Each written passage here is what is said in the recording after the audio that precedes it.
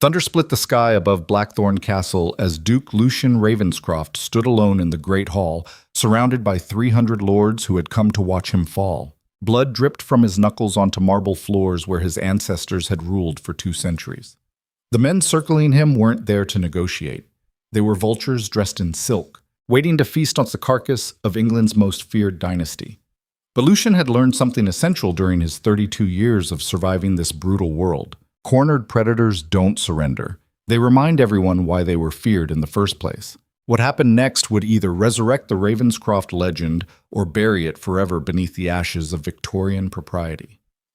Stay with me because this darkness runs deeper than you think, and the answers might just change how you see power itself. But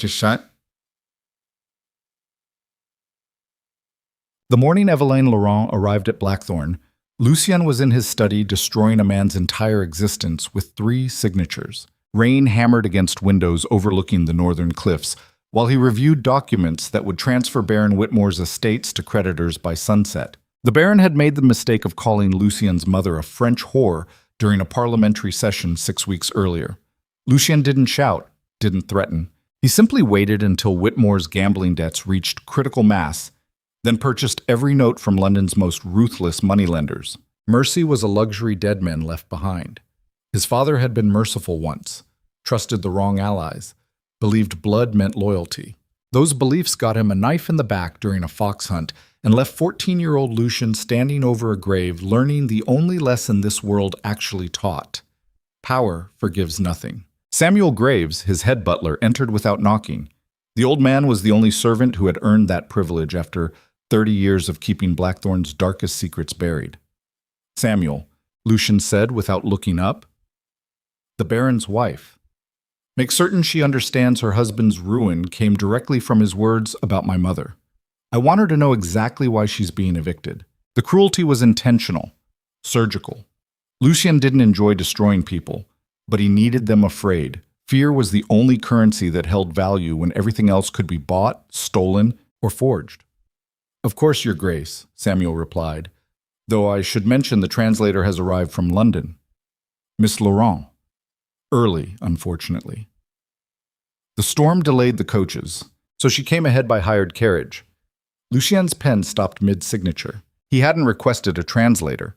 Parliament had insisted on one for the upcoming negotiations over military steel contracts, claiming his French was adequate but insufficient for contracts worth millions. It was an insult wrapped in bureaucratic courtesy.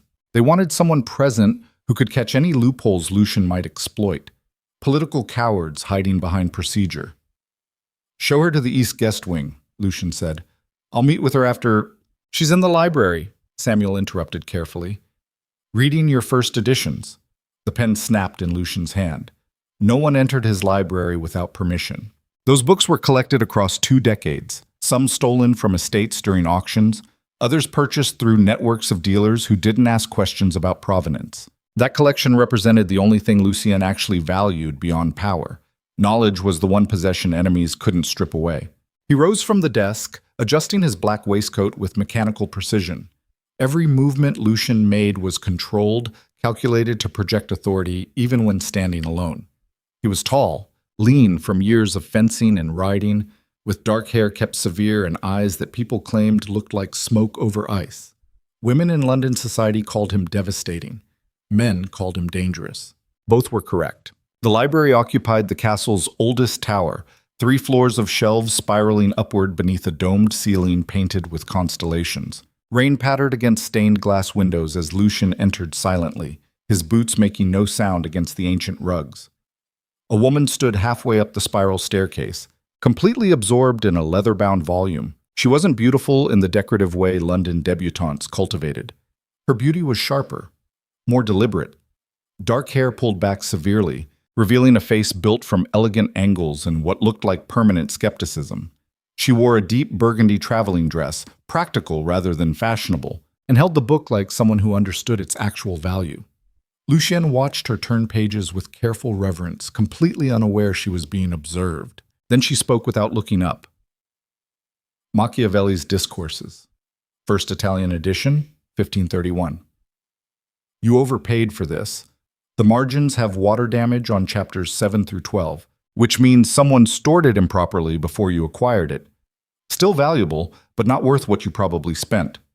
Her French accent was faint, controlled, almost hidden beneath crisp English pronunciation. Lucien moved up 3 steps, deliberately making noise this time. Most people apologize for trespassing before offering unsolicited critiques of my property. Evelyne Laurent closed the book carefully, finally turning to face him.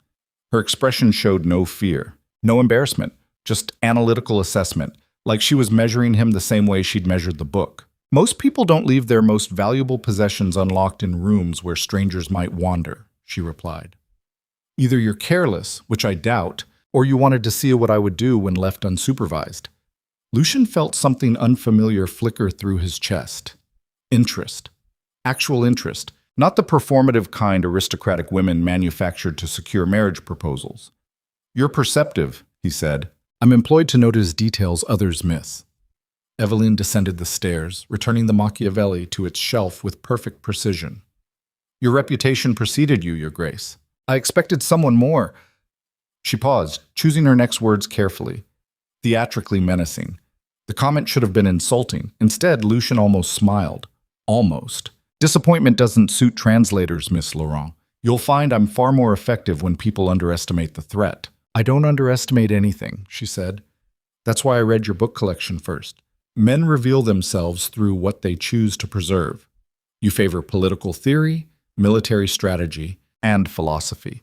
Nothing religious, nothing romantic, everything functional. You collect knowledge the way generals collect weapons. Lucien moved closer, descending until they stood 3 steps apart. And what does that tell you? That you're afraid, Evelyne said simply. The words landed like a blade between ribs. No one called Lucien Ravenscroft afraid. Ruthless, yes. Cruel, certainly. But fear was weakness, and weakness was death in his world. Careful, he said quietly. Men have lost estates for smaller insults. Evelyne didn't retreat, didn't even blink. I didn't say you were a coward. Fear and cowardice aren't the same thing. You're afraid of irrelevance, of losing control. So you study everyone else's mistakes, memorize their failures, build walls so high that nothing can touch you. But walls don't just keep enemies out, Your Grace. They keep everything out. For 5 seconds, Lucien considered having her removed from Blackthorn immediately. Then he made a different decision. Dinner is at 8, he said. You'll sit at my right hand during negotiations this week. Samuel will show you to your chambers. He descended past her without another word, leaving Evelyne standing alone in the library. But as he walked away, Lucien realized something that should have concerned him. She was absolutely correct. Mgek. The first negotiation session began badly and deteriorated from there. Parliament had sent Lord Chancellor Hastings, a pompous bureaucrat who believed titles compensated for intelligence. He arrived with 6 assistants, 4 lawyers, and enough contracts to bury Blackthorn in red ink if Lucien wasn't careful. They gathered in the castle's formal conference chamber, a room deliberately designed to intimidate. Dark wood paneling, massive table carved from single oak, portraits of Ravenscroft ancestors glaring down like judges at an execution. Hastings spread documents across the table with performative authority. Your Grace, the Crown appreciates Blackthorn's steel production, but these new terms reflect current market conditions. Raw material costs, labor disputes, quality assurance. Lucien cut him off. You're attempting to reduce my profit margins by 40% while simultaneously increasing production quotas. These aren't market conditions, Hastings. This is theft disguised as negotiation. The room went silent. Hastings flushed crimson, his jowls trembling with suppressed outrage. The Crown has alternatives. No, Lucien said flatly. You don't. Blackthorn controls 70% of military-grade steel production in England. Your alternatives are inferior metal from unreliable sources, or begging the French for supply lines, which would be politically catastrophic. We both know this. Stop performing for your assistants and negotiate honestly or leave. One of Hastings' lawyers leaned forward, whispering urgently in French. The idiot assumed no one else spoke the language. He's recommending they accept the contract as written now, then renegotiate after Lucien's political position weakens following the Baron Whitmore scandal. They think public opinion will force concessions. Evelyne's voice cut through the whisper like a knife. She sat perfectly still at Lucian's right, her expression neutral, but her words detonated across the table in flawless French. "Gentlemen, if you're going to scheme in front of the Duke, at least have the courtesy to do it in a language he doesn't understand. Though I should mention that attempting political manipulation through manufactured scandal rarely works on men who've already weaponized their own reputation." Every eye in the room turned toward her. Hastings' face went from crimson to purple. "This is highly irregular. Who authorized this woman to—" "I did," Lucian said. "Miss Laurent is here to ensure accuracy in translation, which apparently is desperately needed given your staff's incompetence." He stood, buttoning his jacket with deliberate calm. "We're finished for today. Revise your proposal to something resembling fairness, or the Crown can find alternative steel suppliers. I'm certain Russia would appreciate the business." It was a bluff. Selling to Russia would create international complications Lucian couldn't afford, but Hastings didn't know that. The Lord Chancellor gathered his documents with shaking hands, his assistants scrambling to follow. Within minutes, the chamber emptied except for Lucien and Evelyn. Silence stretched between them like a held breath. Then Lucien spoke. "You didn't have to do that." Evelyn remained seated, her hands folded calmly in her lap. "They were planning to destroy you through rumors and public pressure. I thought you should know. And you protected me because I was hired to translate accurately. That includes schemes whispered in French." Lucien studied her carefully. Most people who helped him wanted something in return. Favors, money, access to power. But Evelyn's expression showed no calculation, no hidden agenda, just competence. "You're staying in the guest wing," he said. "I'm moving you to the northern chambers. Better view, more secure." "That's unnecessary." "It's an order," Lucien interrupted. "You've made yourself a target by defending me today.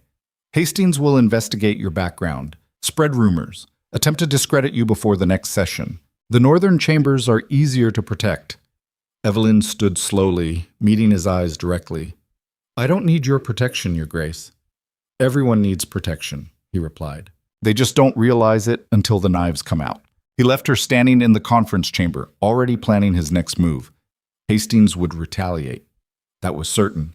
Men with wounded pride always struck back. But Lucien had spent years learning to anticipate attacks before they materialized. The question was whether Evelyn Laurent understood what she'd just walked into, or if she was naive enough to believe competence would shield her from the viciousness of English high society. Yet, dinner that night was warfare conducted with silverware and smiles. 40 aristocrats gathered in Blackthorn's grand dining hall, supposedly to welcome parliamentary officials, but actually to observe whether Lucien's influence was truly weakening. They circled like sharks, testing for blood in the water. Evelyn entered late, wearing a black gown that should have made her invisible among the peacock displays of London fashion. Instead, she looked like a knife among flowers. Lucien watched from the head of the table as men's eyes followed her movement, calculating, assessing, deciding whether she was vulnerable enough to attack. Lady Pemberton, a countess famous for destroying reputations through carefully deployed gossip, spoke first. "Miss Laurent, how delightful to meet someone so practical. Tell me, where did you study translation? I don't recall hearing your family name in any respectable academic circles." The insult was expertly crafted, polite enough to deny if challenged, cruel enough to draw blood. Evelyn sat down calmly, accepting wine from a servant. "I studied in Paris before my father's diplomatic career ended, though I find formal credentials matter less than actual competence. A lesson many people learn too late." She sipped her wine, then added casually, "Your gown is stunning, Lady Pemberton. Parisian design, yes. I recognize the stitching. That particular atelier closed 3 years ago after the owner was arrested for fraud. The remaining pieces have become quite collectible among people who value appearance over authenticity." The table went silent. Lady Pemberton's smile froze into something resembling rigor mortis. Lucien felt that unfamiliar flicker again. Not just interest this time, admiration. Lord Hastings cleared his throat, attempting to redirect conversation. "Your Grace, perhaps we might discuss—" Lucien interrupted by raising his glass. "A toast. To Miss Laurent, whose competence this afternoon prevented a rather expensive mistake in our negotiations. The Crown should be grateful she noticed what their own lawyers missed. It wasn't a toast. It was a declaration. By publicly acknowledging Evelyn's value, Lucien had just placed her under his protection. Every aristocrat in the room understood the message. Touch her, and you're touching me. Glasses rose reluctantly.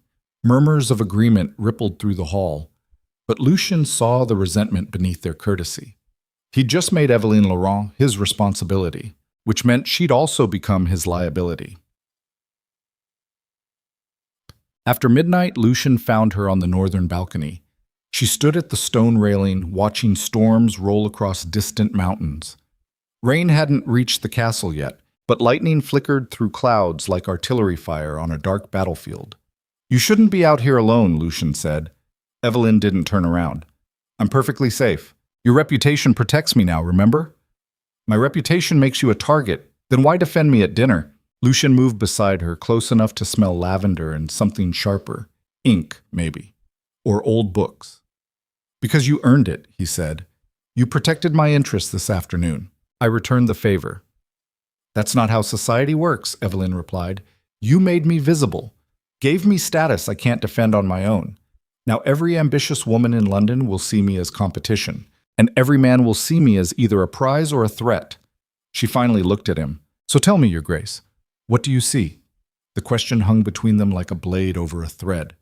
Lucien should have said something diplomatic, strategic, a response that maintained professional distance while securing her continued loyalty.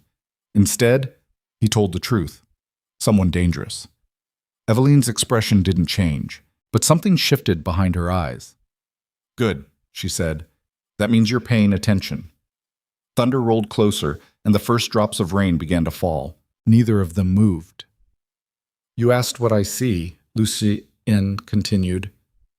"I see someone who survived ruin and chose competence over bitterness.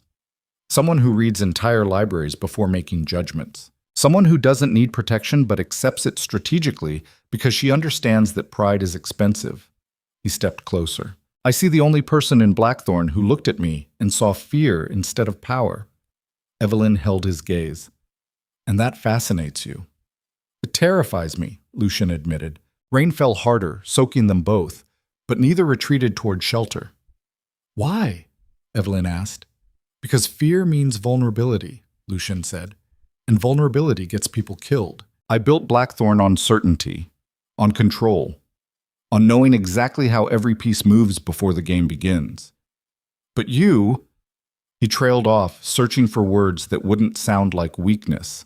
"You're a variable I didn't plan for." Evelyn stepped back, breaking the moment deliberately. "Then perhaps you should send me back to London before I complicate your perfectly controlled empire." Lucien watched rain run down her face, darkening her hair, making her look like something carved from the storm itself. "Too late," he said quietly. The words carried weight neither of them was ready to acknowledge. Evelyn turned away, walking back toward the castle entrance. But before she disappeared inside, she spoke one last time. "You said fear and cowardice aren't the same thing, Your Grace, but they lead to the same place eventually. Isolation. And isolated men make mistakes." Then she was gone. Lucien stood alone on the balcony as lightning split the sky directly overhead, illuminating Blackthorn Castle in stark white brilliance. He'd survived 2 decades of political warfare by trusting no one, by keeping everyone at a calculated distance, by making certain that power always mattered more than people. But standing there in the rain, watching the place where Evelyn had disappeared, Lucien felt something shift in the machinery of his carefully constructed world. A crack in the foundation, small, hairline, barely visible, but growing. 3 days later, the rebellion began, not with armies or assassinations, with a letter. It arrived during breakfast, delivered by a rider who'd nearly killed his horse racing through storms to reach Blackthorn. Samuel brought it directly to Lucien's private study, his ancient face showing rare concern. "From London, Your Grace. Parliamentary seal, marked urgent." Lucien broke the wax, scanning contents that made his blood turn to ice water. They'd found out about the mining massacre. Someone had leaked evidence that Lucien personally ordered the suppression of a workers' rebellion 5 years earlier. 73 men dead, families destroyed, all to secure Blackthorn's control over northern coal production. The letter came from Lord Chancellor Hastings. It wasn't a formal accusation, it was an ultimatum. Your Grace, certain evidence has come to my attention regarding events at the Whitehaven mines in 1846. The Crown would prefer to handle this matter quietly. Renegotiate the steel contracts under terms favorable to Parliament, or this evidence becomes public knowledge. You have until the winter masquerade to decide. Choose wisely. Lucian read it 3 times. Then he did something he hadn't done in 18 years. He felt genuine fear. Not fear of death, fear of exposure. Because the massacre wasn't just ruthless business, it was murder. Calculated, deliberate murder of men whose only crime was demanding safer working conditions. Lucian had ordered it personally, watched from a distance as soldiers fired into crowds, made certain no witnesses survived who could credibly testify against Blackthorn interests. He told himself it was necessary. That power demanded sacrifice. That 73 deaths prevented hundreds more through the stability his control provided. But standing in his study holding proof of his greatest crime, Lucian finally understood what Evelyn had seen in his library. Not just fear of irrelevance, fear of being known, actually known, seen for the monster wearing a duke's title. A knock interrupted his spiral. Evelyn entered without waiting for permission, carrying translation documents from yesterday's session. She stopped immediately, reading his expression. What happened? Nothing, Lucian said automatically. Liar. The word was simple, certain, like she'd already cataloged every tell his face could produce. Lucian made a decision that would change everything. He handed her the letter. Evelyn read it slowly, her expression shifting from curiosity to comprehension to something Lucian couldn't identify.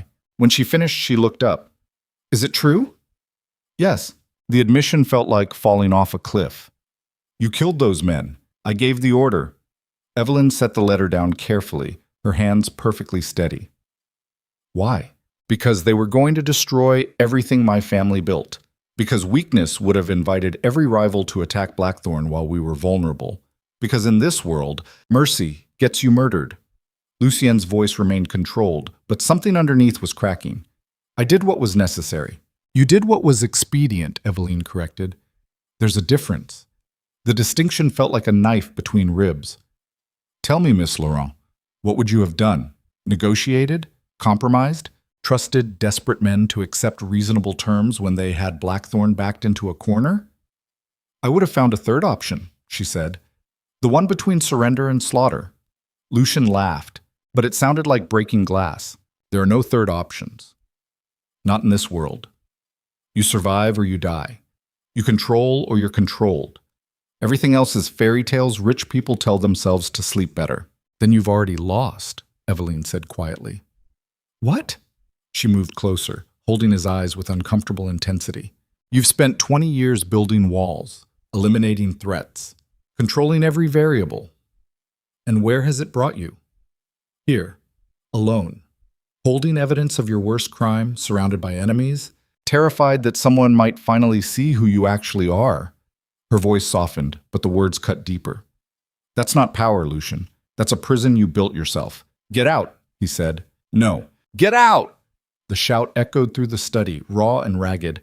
Evelyn didn't move. Instead, she did something that shattered Lucian completely.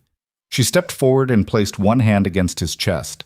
Not seductively, not romantically, just connection, human contact from someone who'd just seen his darkest truth and hadn't run. I'm not leaving, she said, because running from monsters is easy. Understanding why they became monsters is harder. And you, Lucian Ravenscroft, are the most terrified man I've ever met. Something broke inside him, not violently, quietly, like ice cracking under spring sunlight.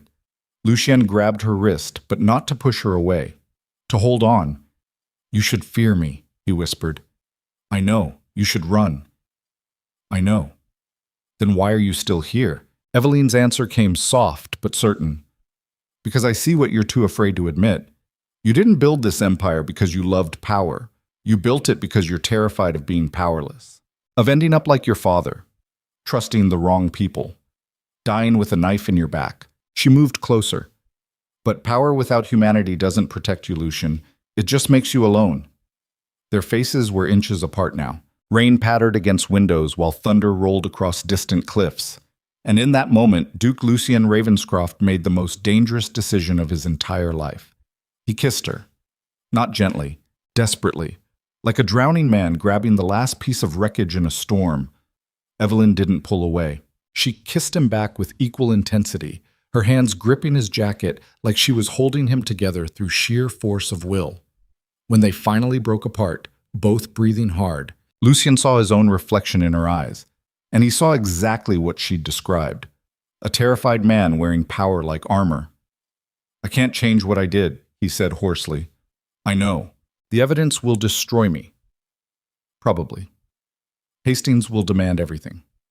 "Yes." "Then what do I do?" Eveline stepped back, composing herself with visible effort. "You stop hiding," she said. "You stop pretending power makes you invincible. And you decide whether you want to keep building prisons or start building something real." Before Lucien could respond, bells began ringing throughout the castle. Not ceremonial bells. Alarm bells. Samuel burst into the study, his ancient face pale. "Your Grace! Armed men at the gates!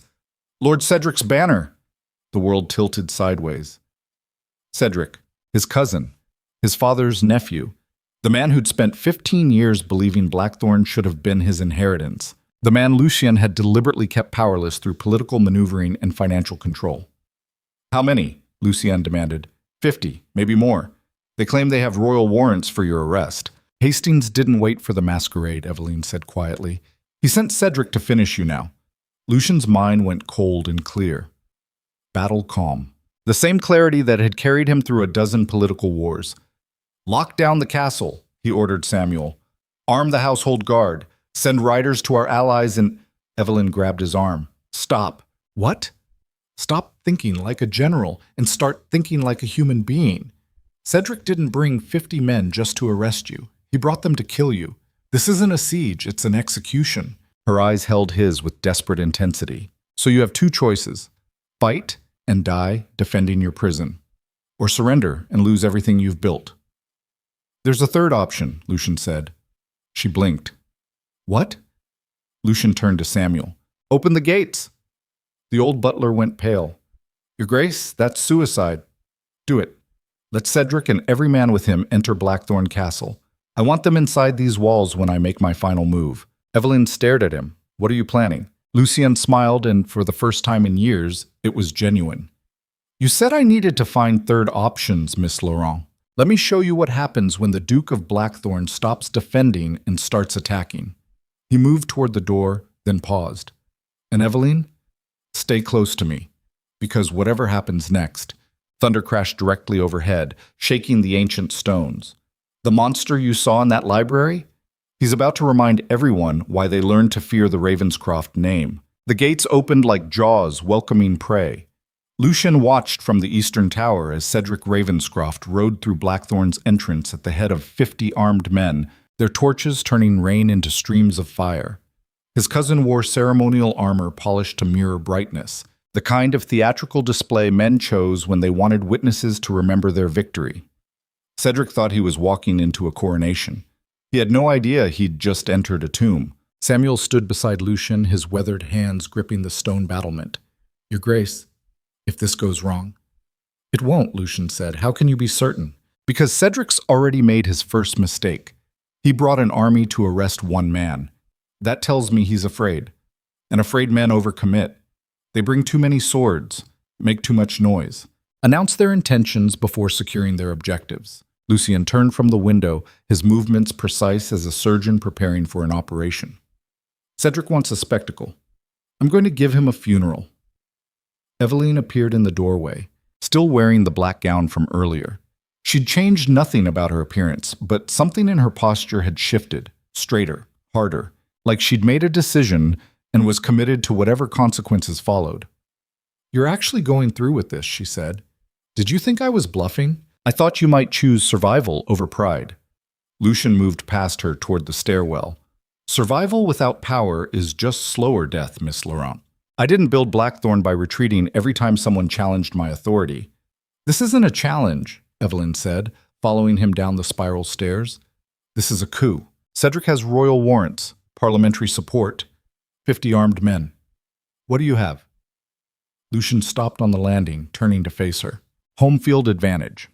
And the willingness to do what Cedric won't. Which is..." Burn everything down rather than surrender it. The words hung between them like a drawn blade. Eveline studied his face in the torchlight, searching for something. Hesitation, maybe. Doubt. Any sign that the man who'd kissed her in his study still existed beneath the armor he was reassembling. "You're going to kill them," she said quietly. Not a question, a recognition. "Only the ones who don't leave when given the chance," Lucian replied. "I'm not a monster, Eveline. I'm just realistic about what happens when you show mercy to people actively trying to destroy you." He continued down the stairs. Behind him, Eveline's voice cut through the darkness. "That's exactly what a monster would say." Lucien didn't respond. He was too busy calculating how many men he could eliminate before Cedric realized the trap had already closed. The Great Hall looked like it had been staged for a trial. Cedric's men lined the walls, creating a corridor of steel that led to the throne where Ravenscroft dukes had sat for 6 generations. Servants huddled in corners, their faces pale with terror. A few nobles who'd been staying at Blackthorn stood frozen near the massive fireplace, uncertain whether they were witnesses or hostages. Cedric himself stood at the center of the hall, still wearing that ridiculous armor, holding a rolled parchment like a priest clutching scripture. He was 35, 3 years younger than Lucien, with the soft features of a man who'd spent his life angry about circumstances rather than changing them. Good-looking in a conventional way, weak-chinned despite the carefully groomed beard, eyes that darted between defiance and uncertainty. Lucien had always known Cedric would eventually make a move, he just hadn't expected it to be this stupid. Lucien descended the grand staircase slowly, each step deliberate. He wore no armor, carried no visible weapons, just black formal wear that made him look like he was attending a funeral. His own, perhaps. Or theirs. "Cousin," Cedric called out, his voice echoing off stone walls. "How gracious of you to join us." Lucien reached the bottom of the stairs and kept walking, moving directly towards Cedric without hesitation. The armed men shifted nervously, hands going to sword hilts. But Lucien didn't stop until he stood 3 feet from his cousin, close enough to see the pulse hammering in Cedric's throat. "You brought 50 men to arrest one unarmed duke," Lucien said conversationally. "Either you're dramatically overestimating my combat abilities, or you're compensating for something." Several of Cedric's soldiers suppressed smiles. The mockery landed exactly where Lucien intended. Cedric's face flushed, but he maintained his theatrical posture, unfurling the parchment. "By order of Parliament and His Majesty's court, you are hereby charged with criminal conspiracy, wrongful death, and abuse of ducal authority in connection with the Whitehaven mining incident of 1846. You will surrender your title, estates, and authority immediately pending formal trial in London." Lucien listened patiently. Then he smiled.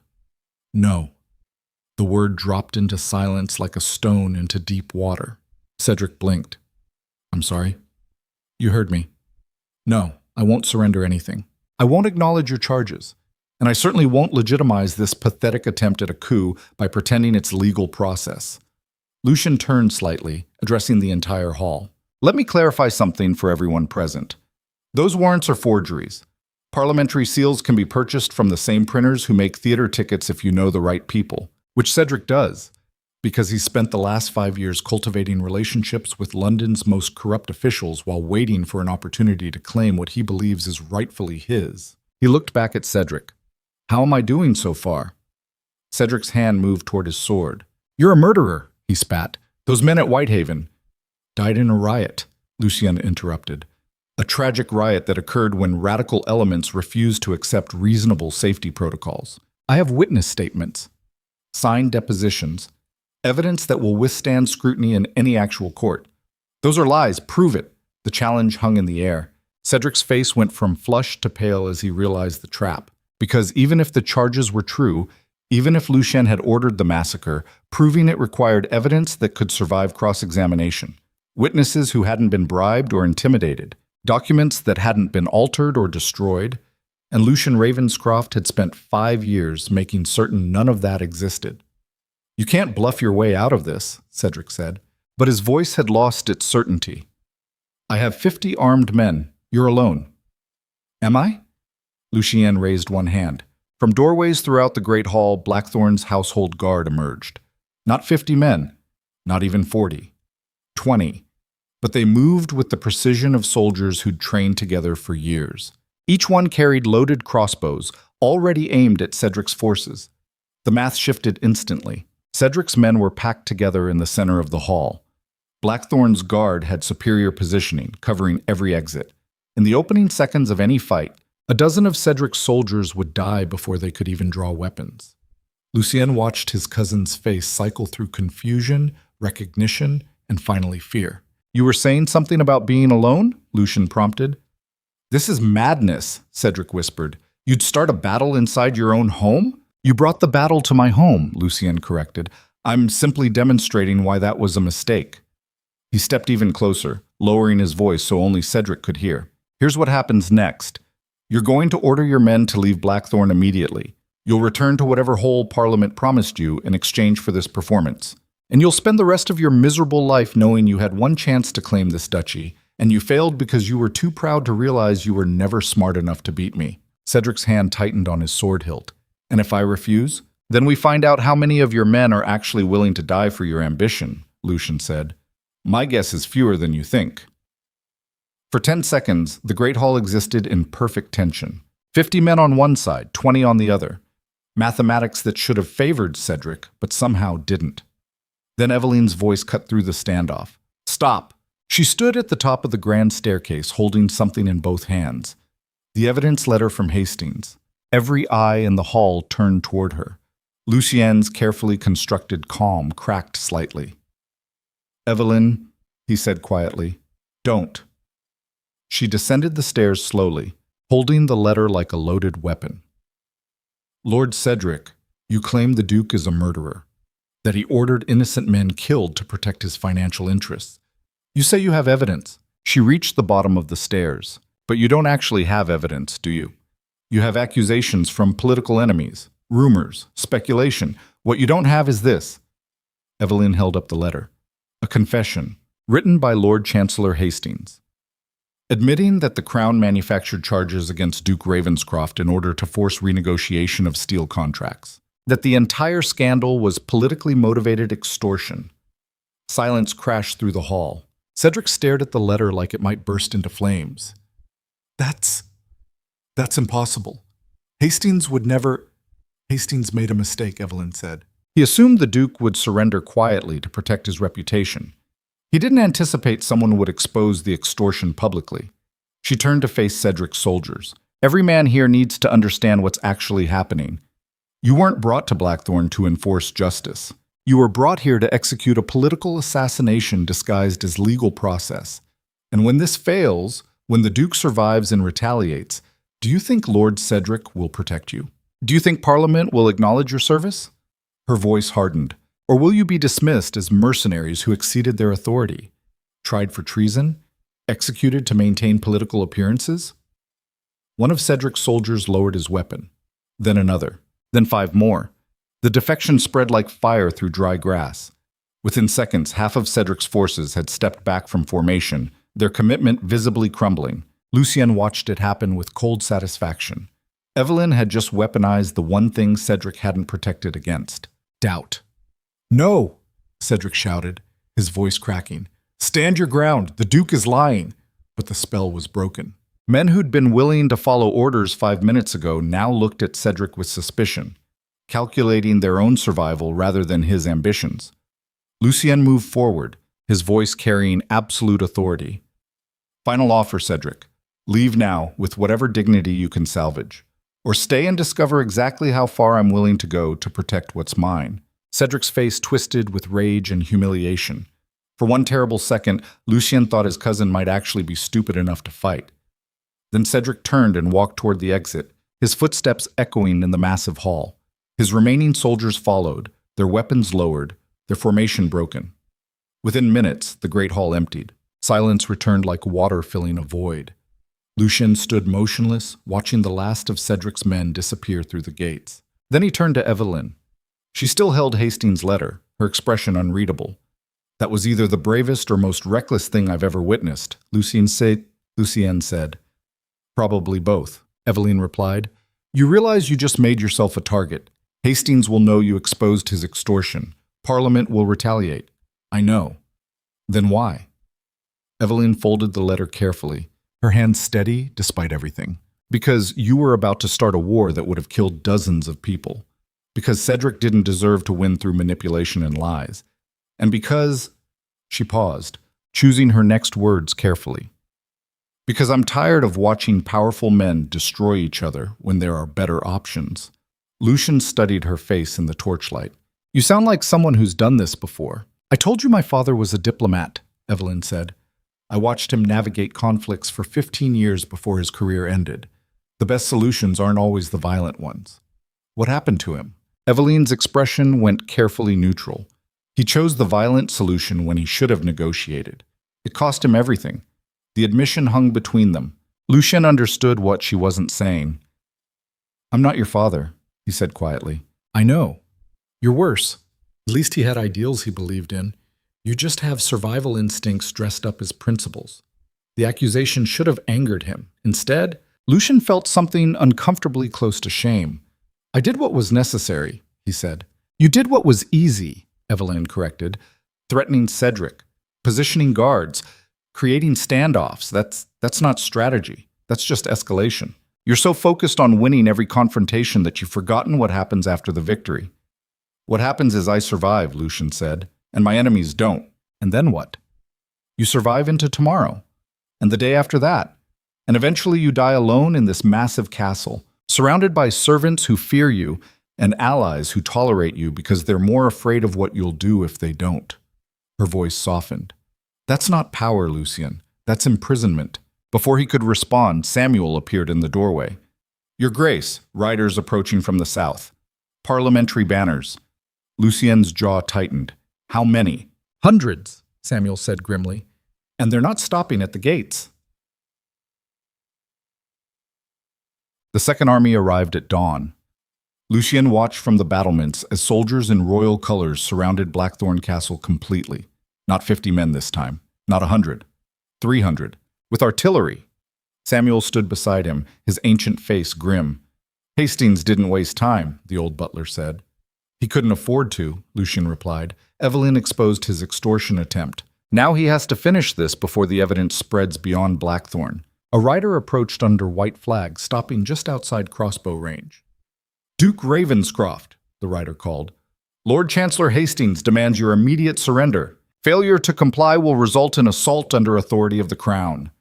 Lucien considered his options. Blackthorn could withstand a siege. The castle had survived worse during the Civil War. But sieges took time, and time allowed Hastings to control the narrative. By next week, London newspapers would be printing stories about the Mad Duke of Blackthorn who defied royal authority and murdered innocent soldiers. Public opinion would turn against him completely. Hastings knew Lucien couldn't win through force, so he'd engineered a situation where force was the only option. What do we do? Samuel asked quietly.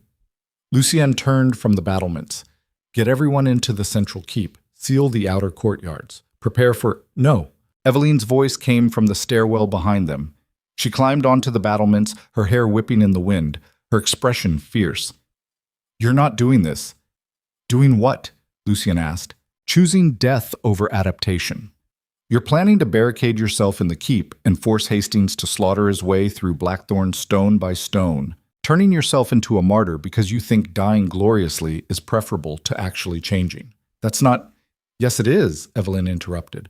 I've seen that look before. On my father's face, right before he destroyed his career, defending a position he could have negotiated away. Pride killed him, and it's about to kill you. Lucien moved towards her, his voice dropping to dangerous quiet. What would you have me do, Miss Laurent? Surrender? Walk out there and let Hastings execute me publicly?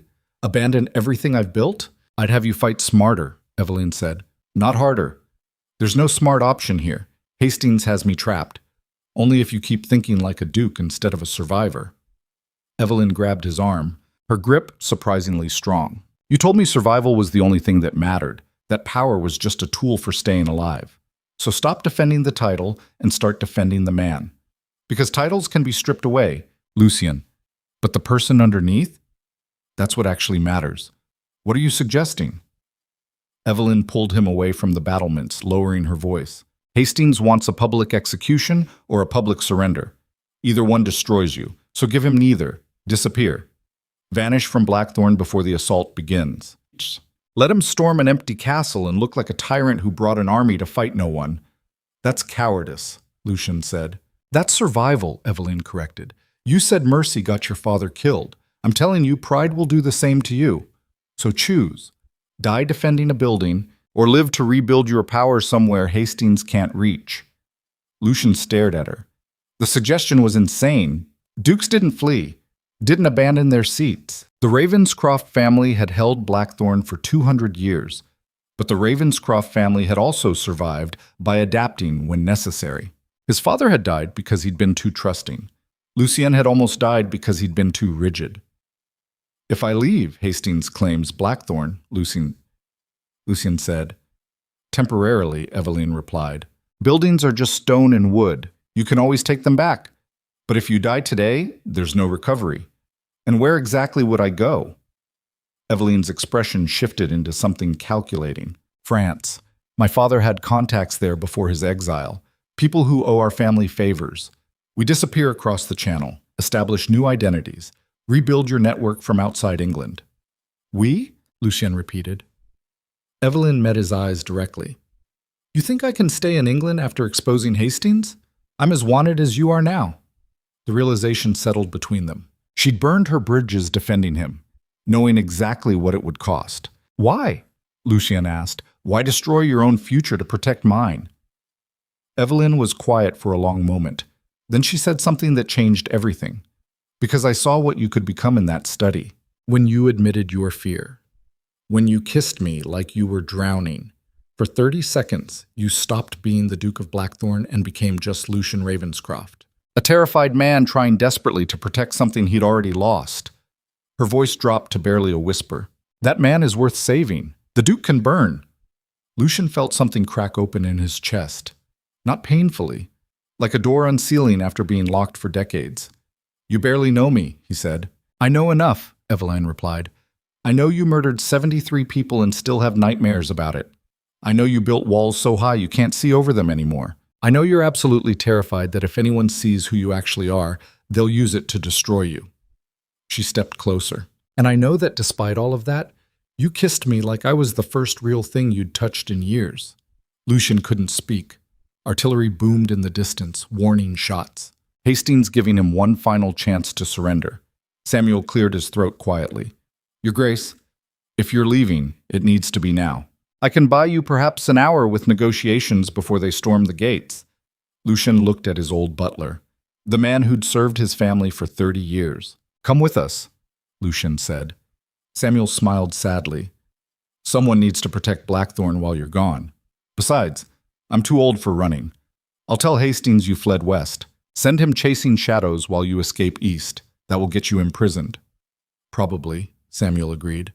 But I've spent 3 decades watching you become exactly what your father feared. If there's a chance you'll become something better, it's worth a few months in a London cell.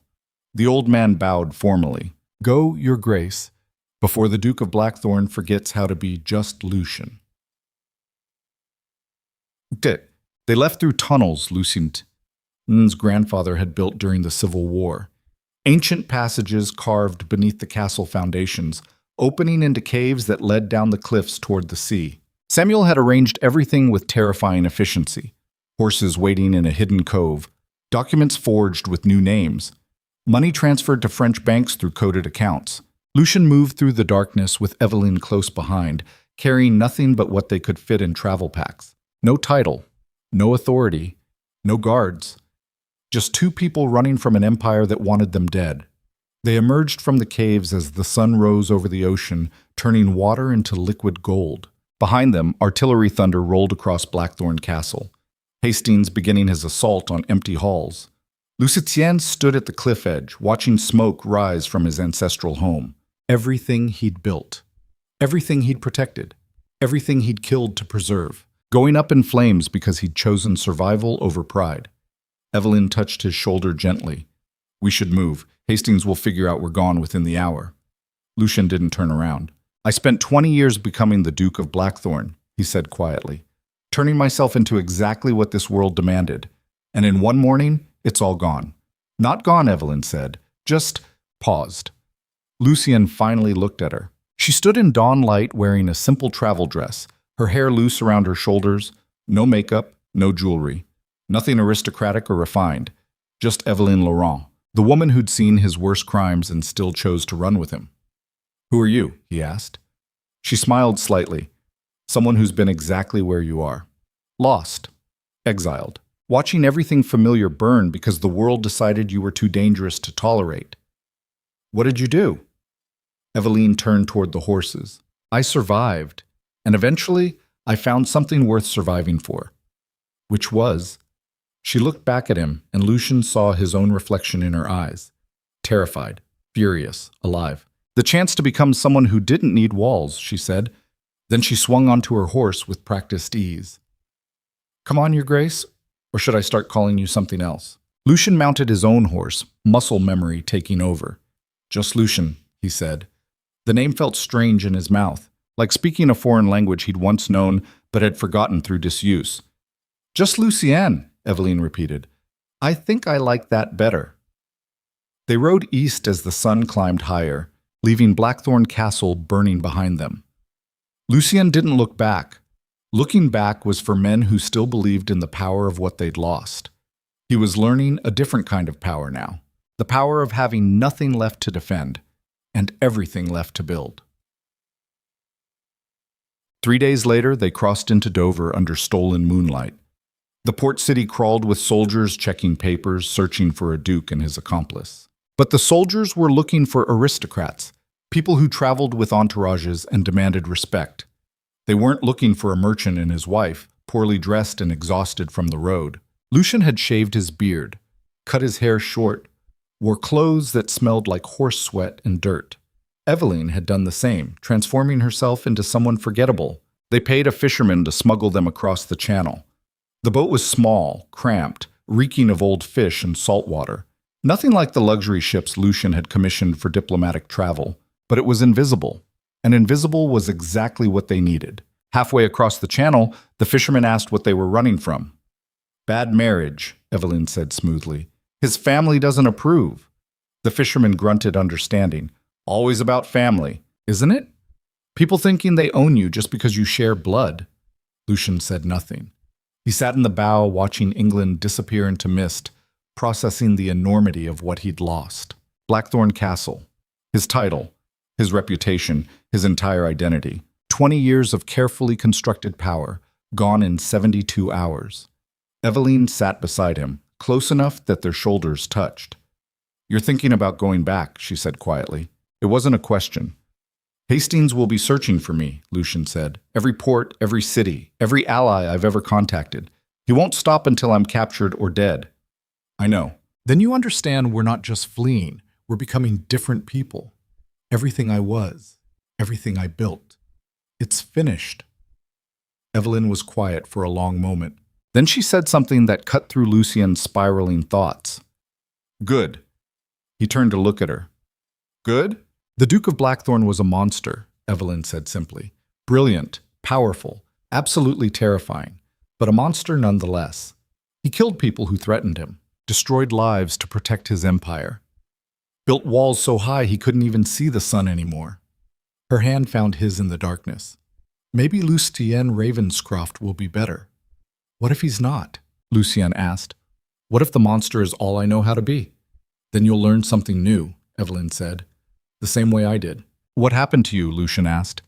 "In France. Before you came to England." Evelyn's grip tightened on his hand. "My father was a diplomat who believed ideals were worth dying for. When the government became corrupt, he spoke out. Publicly, loudly. He thought truth would protect him." "What happened?" "They arrested him for treason, executed him in front of a crowd, made an example of what happened to people who challenged authority." Her voice remained steady, but Lucien heard the pain underneath. "I was 17, suddenly stateless, no family, no money, no protection. I survived by learning languages and selling my skills to whoever needed translation. Became invisible, became useful, became exactly what powerful men needed so they wouldn't notice I was dangerous. That's how you learn to read people," Lucien said. "That's how I learned to survive them," Evelyn corrected. She looked at him directly. "You're not the only person who's built armor to stay alive, Lucien. I just chose different weapons." The boat rocked over a wave, and France materialized through the fog. Dark coastline, rocky beaches, the smell of pine and unfamiliar earth. A new country, a new life, a new person. If Lucien could figure out who that person was supposed to be. The fisherman guided them into a hidden cove, accepting payment without asking questions. They waded through shallow water onto French soil as the sun rose. Lucien stood on the beach, dripping wet, carrying nothing but a pack of stolen documents and enough money to survive perhaps 3 months. For the first time in 20 years, he had no idea what happened next.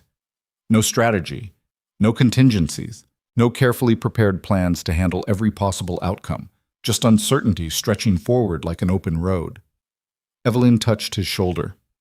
Ready? For what? Whatever comes next, she said. Isn't that how this works? Lucien looked at her, really looked, at the woman who'd destroyed her own future to save his, who'd seen him at his absolute worst and still chose to run with him instead of from him, who somehow believed the monster could become something else. I don't know how to do this, he admitted. Do what? Be anyone except the Duke. Evelyn smiled. Then I guess you'll have to figure it out. She started walking up the beach toward the tree line, her confidence absolute despite having no more plan than he did. Lucien followed, because for the first time in his life, he was choosing to trust someone completely. Not because he'd vetted them, not because they were useful, but because she'd seen the worst of him and decided he was worth the risk anyway. Behind them, the sun climbed higher over the English Channel. Ahead, France stretched endless and unknown. And somewhere between the past he'd burned and the future he hadn't built yet, Lucien Ravenscroft took his first step toward becoming someone new, someone who didn't need walls, someone who could survive without destroying everything around him, someone who might actually deserve the woman walking beside him through the morning light. The transformation wouldn't be easy. Monsters didn't become men overnight.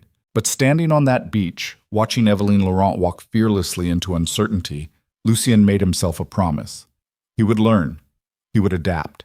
He would become whatever he needed to be to deserve the second chance she'd given him. Even if it meant dismantling everything he'd spent 20 years building. Even if it meant confronting the darkness inside himself that had once seemed like strength. Even if it meant admitting that power without humanity was just another form of prison. Evelyn turned back, raising an eyebrow. You coming? Or are you going to stand there having an existential crisis all morning? Lucien started walking, leaving England behind, leaving the Duke behind, becoming just Lucien, and discovering for the first time in 2 decades what it felt like to be free. France smelled different than England. Lucien noticed it immediately as they walked through the narrow streets of Calais. The air carried wine and baked bread instead of coal smoke and wet stone. People moved differently here, less rigid, more chaotic. Street vendors shouted in rapid French that his aristocratic education had never prepared him for. Everything felt foreign and unsettling, which meant it was exactly where he needed to be. Evelyn led him through the port district with the confidence of someone who'd navigated these streets before. She knew which alleys to avoid, which taverns accepted questions without asking their own, which boarding houses rented rooms to people who paid in cash and provided no names. Within 2 hours, they had lodging in a crumbling building overlooking the harbor. The room was barely larger than Lucien's former closet at Blackthorn.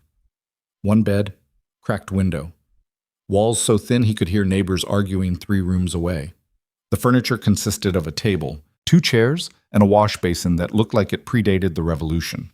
Lucien stood in the center of the room, processing the absolute degradation of his circumstances, from Duke of Blackthorn to fugitive in a French slum. The descent had taken less than a week. Home sweet home, Evelyn said, dropping her pack onto the bed. This is a prison cell with worse ventilation, Lucien replied. It's survival. Get used to disappointment. She moved to the window, checking sight lines to the street below.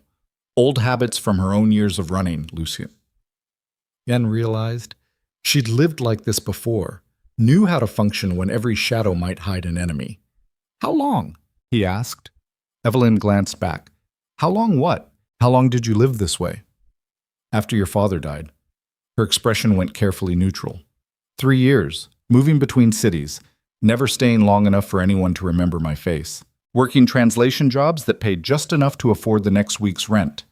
And you survived, obviously. How? Evelyn turned from the window, meeting his eyes directly. By forgetting who I used to be. My father was Claude Laurent, respected diplomat, man of principle.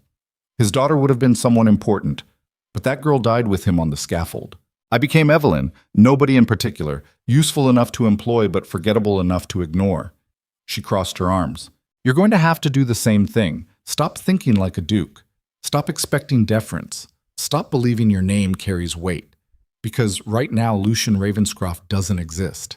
And if you want to stay alive, he needs to stay dead. The words landed like physical blows.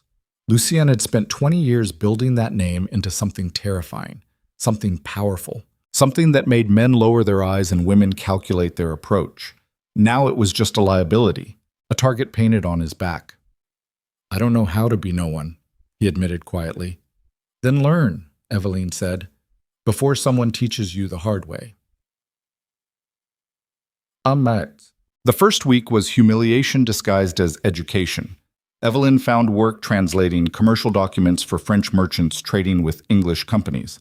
The pay was terrible, the work tedious, but it kept them fed and invisible.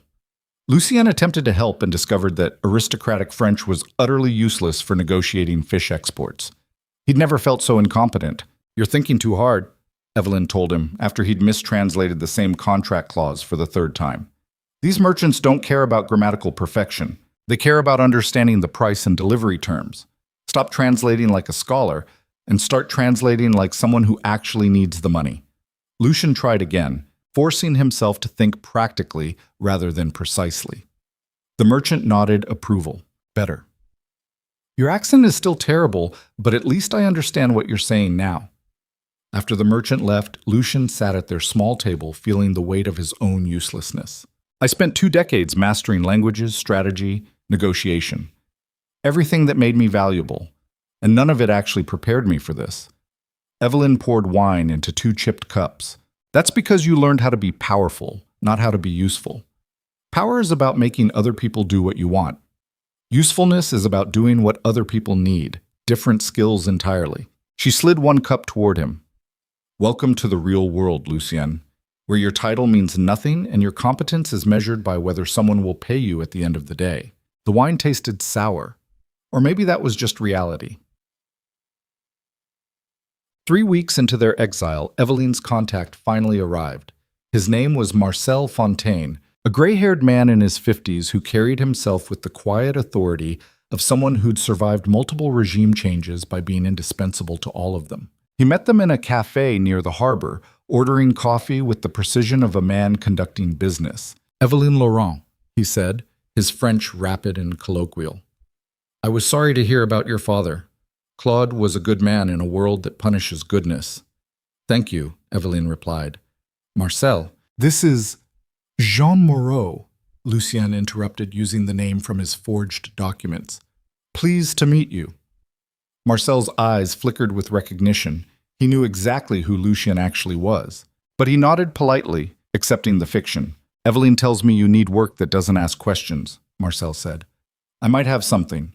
A merchant consortium requires someone to negotiate contracts with English suppliers. Delicate work, the kind where discretion is more valuable than credentials. What's the complication? Lucien asked. The English suppliers are smugglers, Marcel said bluntly, moving goods that Parliament has declared contraband. The consortium needs someone who understands English law well enough to exploit its loopholes, but isn't foolish enough to get caught. He sipped his coffee. Someone, perhaps, who used to operate on the other side of those laws. The implication hung in the air. Marcel was offering Lucien work that required exactly the skills he'd developed as Duke of Blackthorn.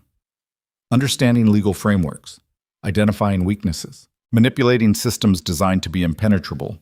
It was perfect, which meant it was almost certainly dangerous. What's your interest in this? Lucien asked carefully. Marcel smiled slightly. Your friend made certain inquiries about establishing identity in France. New papers, bank accounts, the kind of infrastructure someone needs when they're rebuilding from nothing. That costs money. This job pays money. Simple economics. And if we're caught? Then you're English smugglers operating in France, Marcel said. Which means French authorities will be delighted to deport you back to England, where I'm certain Lord Chancellor Hastings has prepared a warm welcome. He stood, leaving coins on the table. Think about it. But don't think too long. The consortium moves quickly, and they don't appreciate hesitation. After Marcel left, Lucien and Eveline sat in silence. Finally, Eveline spoke. "It's a trap." "Obviously," Lucien replied. "Marcel works for someone. Probably multiple someones. The moment we engage with this consortium, we're exposed. Visible. On record as people conducting illegal trade." "I know. So why are you considering it?" Lucien met her eyes. "Because we're running out of money. Because translation work barely covers rent. Because if we're going to rebuild any kind of life, we need resources. And resources require risk." "There are other ways," Eveline said. "Are there? We have no connections here. No allies, no leverage. Marcel is offering exactly what we need. Access to people with money and influence. The chance to become something more than desperate fugitives hiding in a slum." He leaned forward. "You said I needed to learn how to be useful instead of powerful. This is useful. This is survival. This is you reverting to old patterns," Eveline countered. "You're already calculating how to manipulate the situation. Turn it to your advantage. Use these smugglers the same way you used everyone at Blackthorn. Is that wrong? It is if you want to actually become someone different." Lucien felt frustration rising. "You keep telling me to change, to become better. But you've never explained what that actually looks like." "I don't know how to be the person you think I should be, Eveline. I only know how to survive." "Then maybe that's enough," Eveline said quietly. "For now." She reached across the table, her hand covering his. "Take the job. Build the connections. Get us stable. But promise me something." "What?" "That when you have the chance to destroy someone to protect yourself, you'll at least consider whether there's another option first." Lucien looked at her hand on his, small, steady, the only anchor keeping him from drifting back into the person he'd been. "I promise," he said. It was the first lie he'd told her, and they both knew it.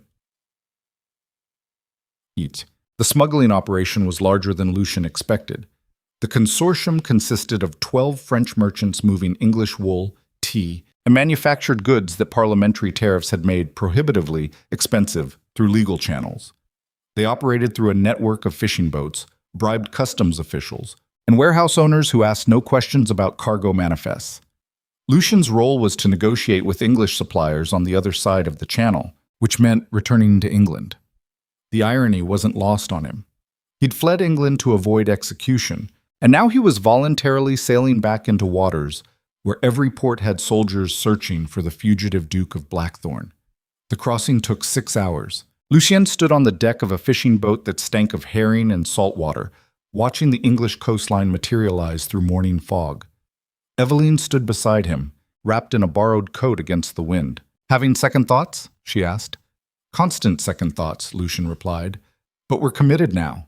We could still turn back." "And do what? Explain to Marcel's consortium that we're too afraid to actually follow through? They'd cut us loose immediately. Probably report us to authorities just to eliminate a liability." Eveline was quiet for a moment. "Then you really believe there's no other way?" "I believe every choice available to us is terrible," Lucien said.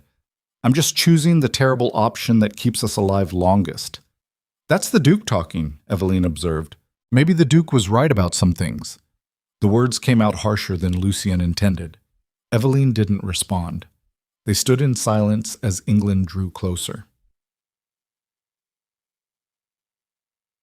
The meeting point was a warehouse in Portsmouth, far enough from London to avoid concentrated military presence, but close enough to major shipping routes to move significant cargo.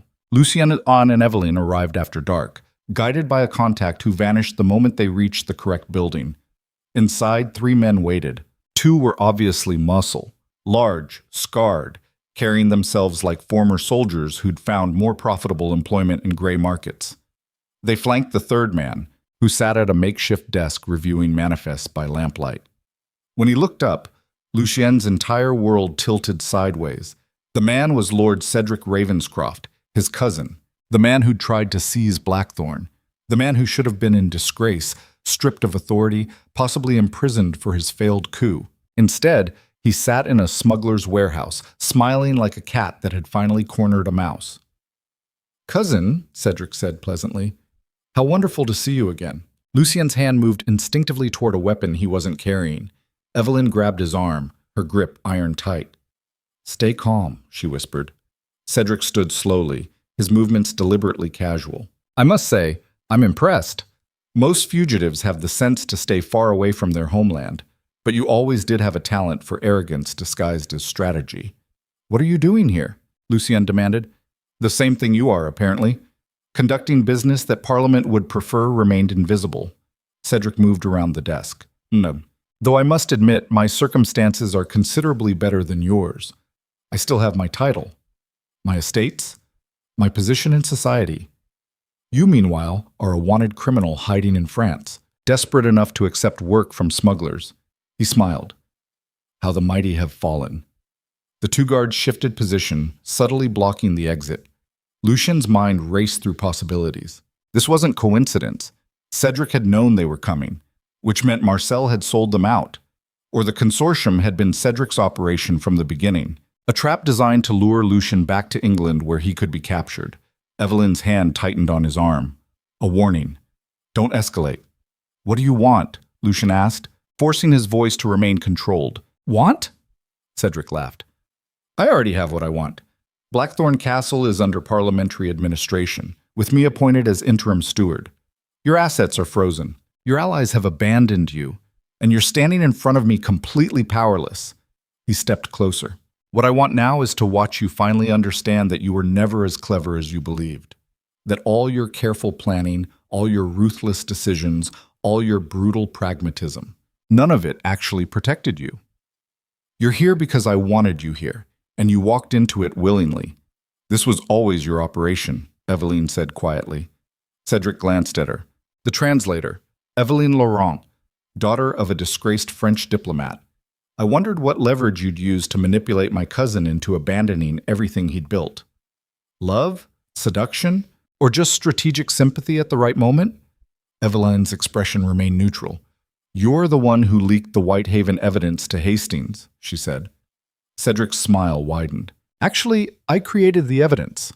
Forged documents, bribed witnesses, manufactured an entire scandal from fragments of truth and generous lies. Hastings believed he was extorting Lucien, but I was playing both of you. He turned back to Lucien. You see, cousin, I learned something important watching you destroy everyone who challenged your authority. Power isn't about being the strongest. It's about making your enemies destroy themselves. Lucien felt the trap closing completely. Every decision he'd made since leaving Blackthorn had been guided by information Cedric provided. Marcel's contact, the consortium job, the meeting location, all of it designed to bring him back to England, vulnerable and exposed. You're going to turn me over to Hastings, Lucien said. Oh, much better than that, Cedric replied. He nodded to the guards. One of them tossed a British newspaper onto the desk. The headline screamed across the front page. Duke of Blackthorn caught smuggling. Evidence of treason. Lucien stared at the paper. The article detailed extensive smuggling operations, illegal trade with French merchants, evidence that the Duke of Blackthorn had been selling English military secrets to foreign powers, testimony from witnesses who claimed to have participated in these operations, all of it fabricated, but printed as fact. I've spent the last month building a narrative, Cedric explained, positioning you not as a duke who fled unjust accusations, but as a traitor who betrayed England for profit. And tonight, when soldiers raid this warehouse and find you negotiating with French smugglers, every word becomes confirmed truth. His expression turned cold. You taught me this, Lucien. Control the story. Control the perception. Make your enemies into monsters that society demands be destroyed. I'm simply applying your lessons better than you did. How long? Lucien asked hoarsely. How long have you been planning this? Cedric considered. Since your father's funeral. I watched you inherit everything that should have been shared. Watched you consolidate power while treating me like a subordinate. Watched you build an empire on fear and brutality. His voice dropped to something bitter and sharp. I spent 15 years waiting, learning, preparing, and when you finally showed weakness, when you let sentiment cloud your judgment over a woman, I knew the time had come. He gestured to Eveline. She was perfect, beautiful enough to distract you, competent enough to earn your trust, damaged enough to make you feel like you'd found someone who understood your darkness. I couldn't have designed a better weapon if I'd tried. Eveline's face had gone pale. You didn't design anything, she said. I made my own choices. Did you? Cedric asked. Or did you simply react exactly as I predicted? Your father died because he refused to compromise. You've spent years surviving by making yourself useful to powerful men. When you saw Lucian starting to crack, you recognized an opportunity. Save the monster, rebuild him into something better, prove you could succeed where your father failed. He smiled cruelly. I didn't manipulate you, Miss Laurent. I just provided the circumstances and let human nature do the rest. Evelyn looked at Lucian. Her expression showed something he'd never seen before. Doubt. She's wondering if he's right, Cedric said conversationally, wondering if everything she felt was real or just psychological patterns playing out predictably. Wondering if she actually saved you or just became another piece in my strategy. He checked his pocket watch. Soldiers will be here in approximately 10 minutes. You have two choices, cousin. Fight and die here in this warehouse, giving me a dramatic story about the Duke's violent end, or surrender peacefully and face trial in London, where I'll ensure you're convicted and executed legally. The smile returned. Either way, Blackthorn is mine. And you're finished. The guards moved closer, hands on weapons. Lucien looked at Eveline. She stared back, her face unreadable. And in that moment, Lucien understood the actual trap. Not the legal consequences, not the manufactured evidence, but the doubt Cedric had planted between them. The uncertainty about whether anything they'd built was real or just manipulation wearing affection's mask. That was the true destruction, taking away not just his power, but his last connection to anything genuine. Outside, horses approached, the sound of soldiers organizing for a raid. 10 minutes had become 2. Cedric stood watching, waiting for Lucian to break. And Lucian made a decision. Not the one the Duke of Blackthorn would have made. Not the one that protected his pride or defended his reputation. A different choice entirely. He turned to Eveline. I need you to listen very carefully, he said quietly, and trust me one final time. Eveline's eyes searched his face. What are you planning? Survival, Lucien said. But not the way I used to define it. Then he turned to Cedric.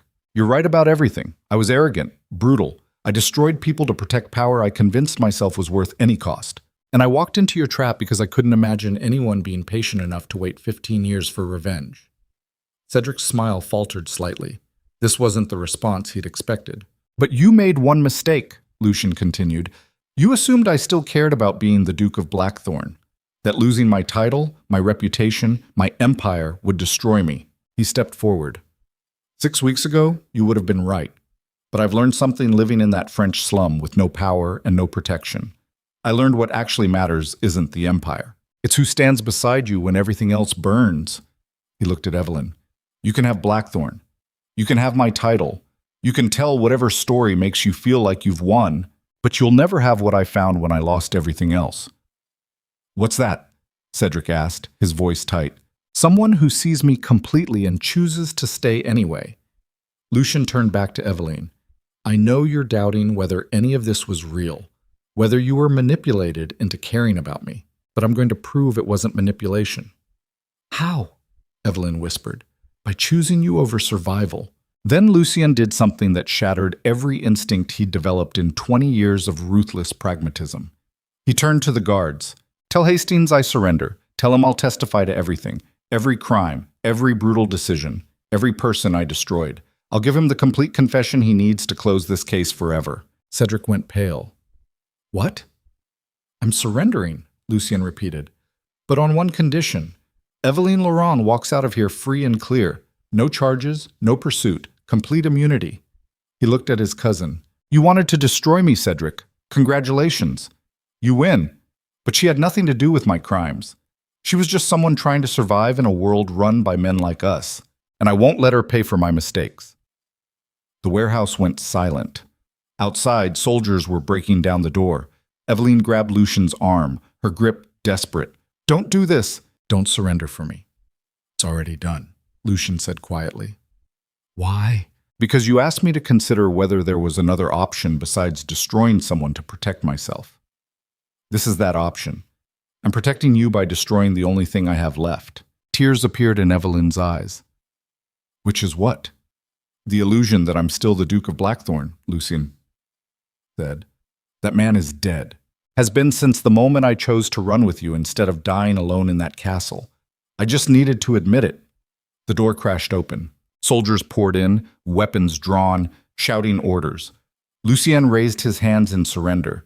Cedric stood frozen, his perfect revenge dissolving into something he hadn't planned for. Because Lucien wasn't fighting, wasn't raging, wasn't trying to manipulate his way out. He was simply surrendering completely, choosing certain death to protect someone else. The one choice Cedric hadn't prepared for, because it required becoming someone the Duke of Blackthorn had never been, someone capable of sacrifice. The soldiers grabbed Lucien, forcing him to his knees. One of them looked at Evelyn. What about her? Cedric hesitated. His entire plan required capturing both of them. But Lucien's public surrender, his willingness to confess everything, made holding Evelyn legally complicated. She could claim coercion, manipulation, being an unwitting pawn in the Duke's schemes. And with Lucien confessing voluntarily, Cedric no longer needed her testimony. Holding her would just create complications. Let her go, Cedric said finally, the words bitter in his mouth. Evelyn stared at Lucien as soldiers bound his wrists. Their eyes met across the warehouse, and Lucien saw something that made every consequence worth it. She believed him, not because he'd convinced her, but because he'd proven it through action, through choosing her survival over his own, through becoming the person she'd hoped he could be. I'll find a way, Evelyn said desperately. I'll get you out, No, Lucien interrupted gently. You'll live, you'll survive.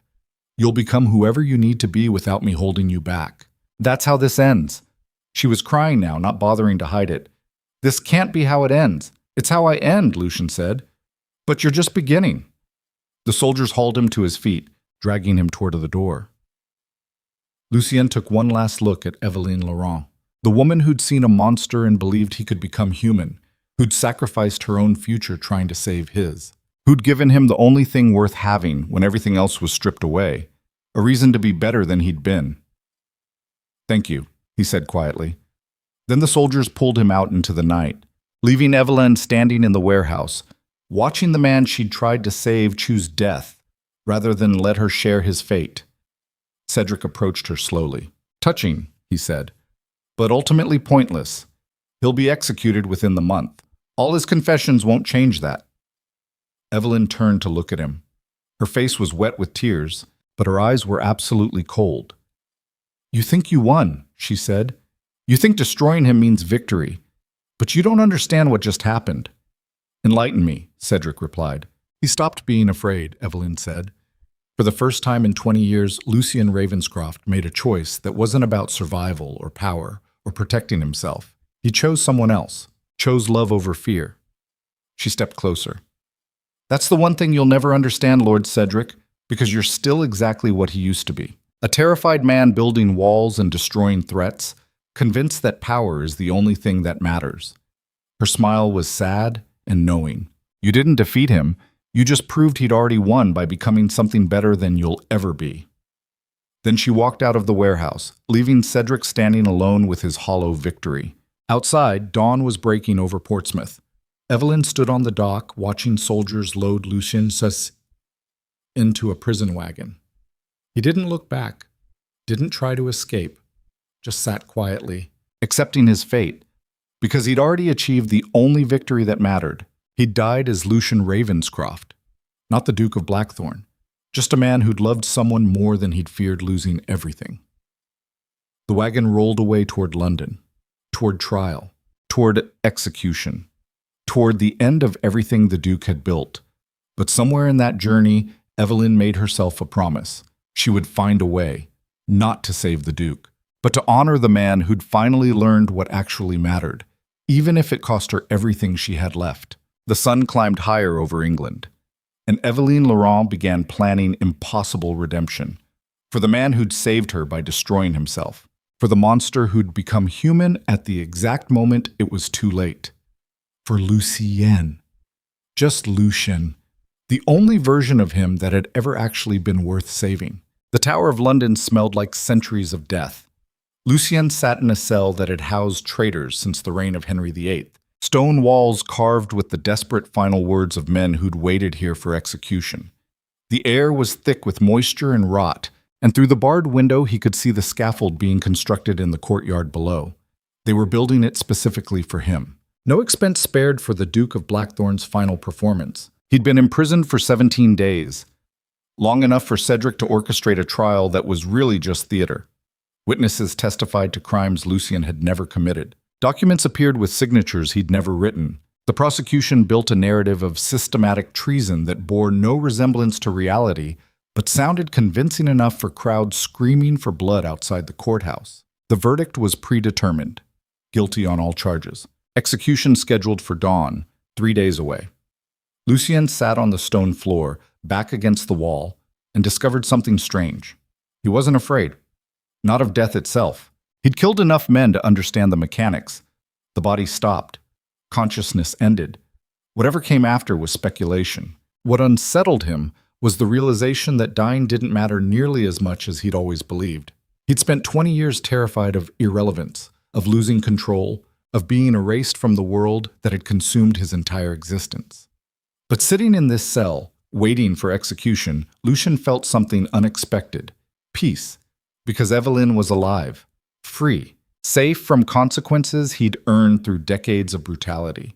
That single fact made everything else bearable. Footsteps echoed in the corridor outside.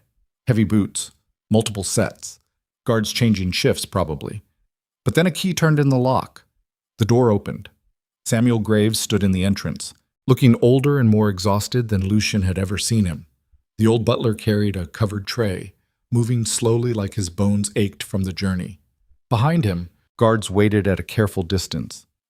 "Your Grace," Samuel said quietly, "I brought your evening meal." Lucien stood, processing the impossibility of this moment. "Samuel, what are you doing here? They should have released you weeks ago." "They did," the old man replied. "I came back voluntarily. Told the authorities I needed to ensure you were treated appropriately before execution. They granted me supervised access." He set the tray on the small table, his weathered hands steady despite everything. The guards stepped back slightly, giving them minimal privacy. Samuel lifted the cover from the tray. Beneath the bread and cheese was a folded piece of paper. Lucien moved closer, keeping his body between the guards and the table. He unfolded the paper with hands that had learned to remain calm through years of high-stakes negotiation. The handwriting was Evelyn's. The message was 3 sentences. "Trust Samuel. The scaffold is not your ending. Be ready at dawn." Lucien read it twice, then carefully refolded the paper and palmed it while reaching for the bread. His heart was hammering, but his face remained neutral. "You shouldn't have come back," he said to Samuel, loud enough for guards to hear. "I don't deserve your loyalty." "Loyalty isn't about deserving, Your Grace," Samuel replied. "It's about choosing who you stand beside when the world demands you abandon them." The old man's eyes held Lucien's for one significant moment, a warning, a promise. Then Samuel bowed formally and left the cell. The door locked behind him. Lucien sat back down, holding bread he had no intention of eating, his mind racing through possibilities. Evelyn had found a way. Somehow, impossibly, she'd constructed a plan to extract him from the Tower of London on the morning of his scheduled execution. It was insane. The Tower was England's most secure prison, hundreds of guards, multiple walls. Escape attempts were legendary, specifically because they always failed. But Evelyn Laurent had survived 3 years in exile through nothing but competence and determination. If she said the scaffold wasn't his ending, then she'd found an angle no one else had considered. Lucien just had to trust her completely, the way she'd trusted him in that warehouse when he'd surrendered everything to protect her. For the first time in 17 days, Lucien allowed himself to hope, not for survival, but for the chance to see her one more time, to tell her that dying had taught him something essential, that love wasn't weakness.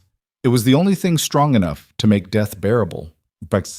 Dawn came with fog rolling off the Thames like smoke from a distant fire. Lucien was awakened by guards unlocking his cell, their faces carefully neutral. They'd seen dozens of condemned men in this prison, knew better than to engage emotionally with someone who'd be dead within the hour. They bound his wrists with practiced efficiency, led him through corridors that had witnessed 500 years of final walks. Other prisoners watched through cell bars as he passed, some silent, others shouting curses or prayers, depending on their disposition. Lucien walked calmly, scanning every detail, looking for the opening Evelyn had promised. The courtyard was packed with witnesses, nobles in formal dress, commoners who'd paid for viewing positions, soldiers maintaining order around the scaffold that rose from cobblestones like an altar to state violence. Lord Cedric stood near the front, wearing ceremonial robes that marked him as Blackthorn's new steward. His face showed satisfaction barely contained behind appropriate solemnity. This was his coronation, the final proof that he'd destroyed the cousin who'd overshadowed him for 30 years. Lucian climbed the scaffold steps, each movement deliberate. The executioner waited at the top, hooded and anonymous, holding an axe that gleamed in the morning light. A priest approached, offering final rites. Lucien declined. He'd never believed in divine forgiveness, and starting now felt dishonest. The crowd quieted as the presiding magistrate began reading the charges. Treason against the crown, conspiracy with foreign powers, smuggling of contraband and military intelligence. The list continued for 3 full minutes, each accusation building the narrative of a duke who'd betrayed everything England represented. Half of it was fabricated. The other half was accurate enough to sting. When the magistrate finished, he turned to Lucian. "Duke Ravenscroft, do you have final words before sentence is carried out?" Lucian scanned the crowd one last time, looking for Eveline. She wasn't visible, but Samuel stood near the back, his weathered face impossible to read. The old butler's right hand rested casually on a wooden support beam. Too casually. Lucien understood. Whatever was coming, Samuel was the trigger. "I have no defense for what I've done," Lucian said, his voice carrying across the silent courtyard. "I built an empire on fear and brutality. I destroyed people who threatened my power. I convinced myself that survival justified any cost." Cedric's smile widened. This was the public confession he'd engineered. The Duke admitting his sins before England's witnesses. Perfect theater. "But I learned something these last weeks," Lucien continued. "Something that 20 years of power never taught me. That the strongest thing a person can do isn't surviving at any cost. It's choosing what's worth dying for." He looked directly at Cedric. "You think you won by destroying me, but you're still living the same terrified existence I escaped. Building walls, eliminating threats, convinced that power is the only thing protecting you from the world." Lucian's voice hardened. "I died the moment I stopped being that person. Everything after was just waiting for my body to catch up." The magistrate raised his hand. "Enough. Executioner, proceed." The hooded figure moved forward, positioning Lucien at the block. Lucien knelt, feeling rough wood against his throat. His pulse hammered in his ears. The crowd held its breath. The executioner raised the axe, and Samuel Graves pulled a concealed pistol from beneath his coat and fired directly into the scaffold's support beam. The shot was perfectly placed. The beam exploded in a shower of splinters, its structural integrity destroyed instantly. The entire scaffold collapsed. Lucien fell through disintegrating wood, instinct taking over. He twisted his body, controlling the fall, landing hard on cobblestones as the platform crashed around him in chaos. The executioner tumbled sideways, his axe clattering away. Guards rushed forward, shouting orders that dissolved into confusion as the crowd erupted into panic. Through the dust and screaming, Lucien saw movement. Eveline emerged from the crowd wearing guards' clothing, her hair hidden beneath a helmet. She moved with absolute certainty, a second pistol already in her hand. "Run," she shouted. Lucien didn't hesitate. He surged to his feet, wrists still bound, and sprinted toward her through the chaos. Guards were recovering, drawing weapons, trying to establish order, but Eveline had timed everything perfectly. The collapsing scaffold had created exactly enough confusion to open a window. 3 seconds of opportunity. She grabbed Lucien's arm, firing her pistol into the air to scatter nobles blocking their path. They ran toward the tower's outer wall where a supply wagon waited, driven by someone Lucien didn't recognize. Samuel was already moving toward it, his old body surprisingly fast. Behind them, Cedric was screaming orders. "Stop them! Lock the gates! Kill them if necessary!" Soldiers raised muskets. Eveline shoved Lucien toward the wagon. He jumped into the back as she fired her second pistol at pursuing guards, then threw herself aboard. Samuel climbed into the driver's seat with shocking agility for a man his age. The wagon lurched forward. Musket fire cracked through morning air.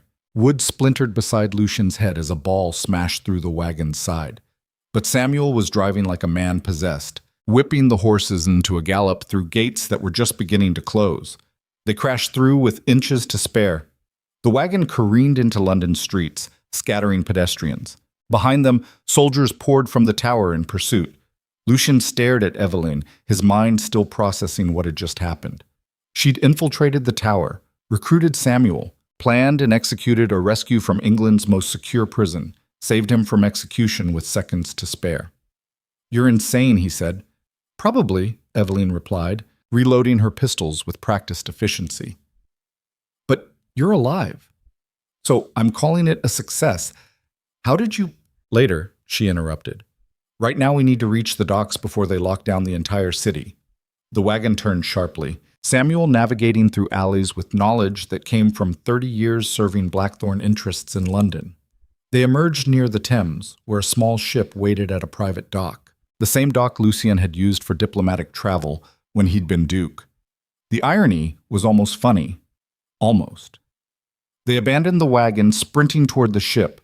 Crew members were already casting off lines, preparing for immediate departure. Lucian jumped aboard, then turned to help Evelyn. She grabbed his bound wrists instead. "We need to cut these." A sailor appeared with a knife, severing the ropes with one stroke. Blood rushed back into Lucian's hands, painful and glorious. Samuel was the last aboard, moving with visible exhaustion now that adrenaline was fading. The ship pushed away from the dock just as soldiers appeared at the waterfront. Musket fire cracked across the water.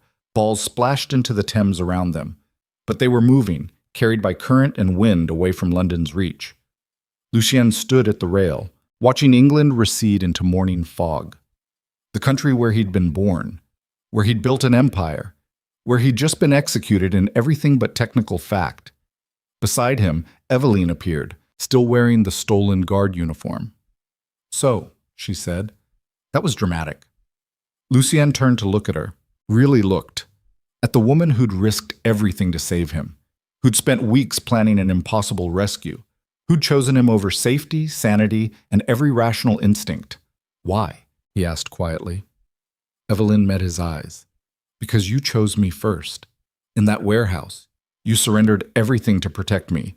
I couldn't let that be for nothing." "I was ready to die," Lucian said. "I know. That's why you deserve to live." She stepped closer. "You asked me once what happened to my father. I told you he chose the violent solution when he should have negotiated. But that wasn't the whole truth. What was? He chose death over compromise because he believed principles mattered more than survival. And I watched them execute him for that choice. Watched him die proud and alone." Her voice caught. "I spent 10 years believing he was noble, that his sacrifice meant something. But it didn't. He just left me orphaned in a world that destroyed anyone without protection." Tears appeared in her eyes. "So when you chose to die protecting me, I realized something. Sacrifice is only noble if the person you're protecting has the chance to make it mean something. Otherwise, it's just another form of abandonment." Lucien felt something crack open in his chest. "You rescued me, so my sacrifice wouldn't be wasted. I rescued you because I'm tired of watching people I love die for abstract principles," Evelyn said. "Your death wouldn't have changed England, wouldn't have defeated Cedric, wouldn't have accomplished anything except making me live with the knowledge that I'd failed to save you."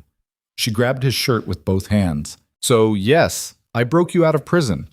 Yes, I'm now a criminal in 2 countries.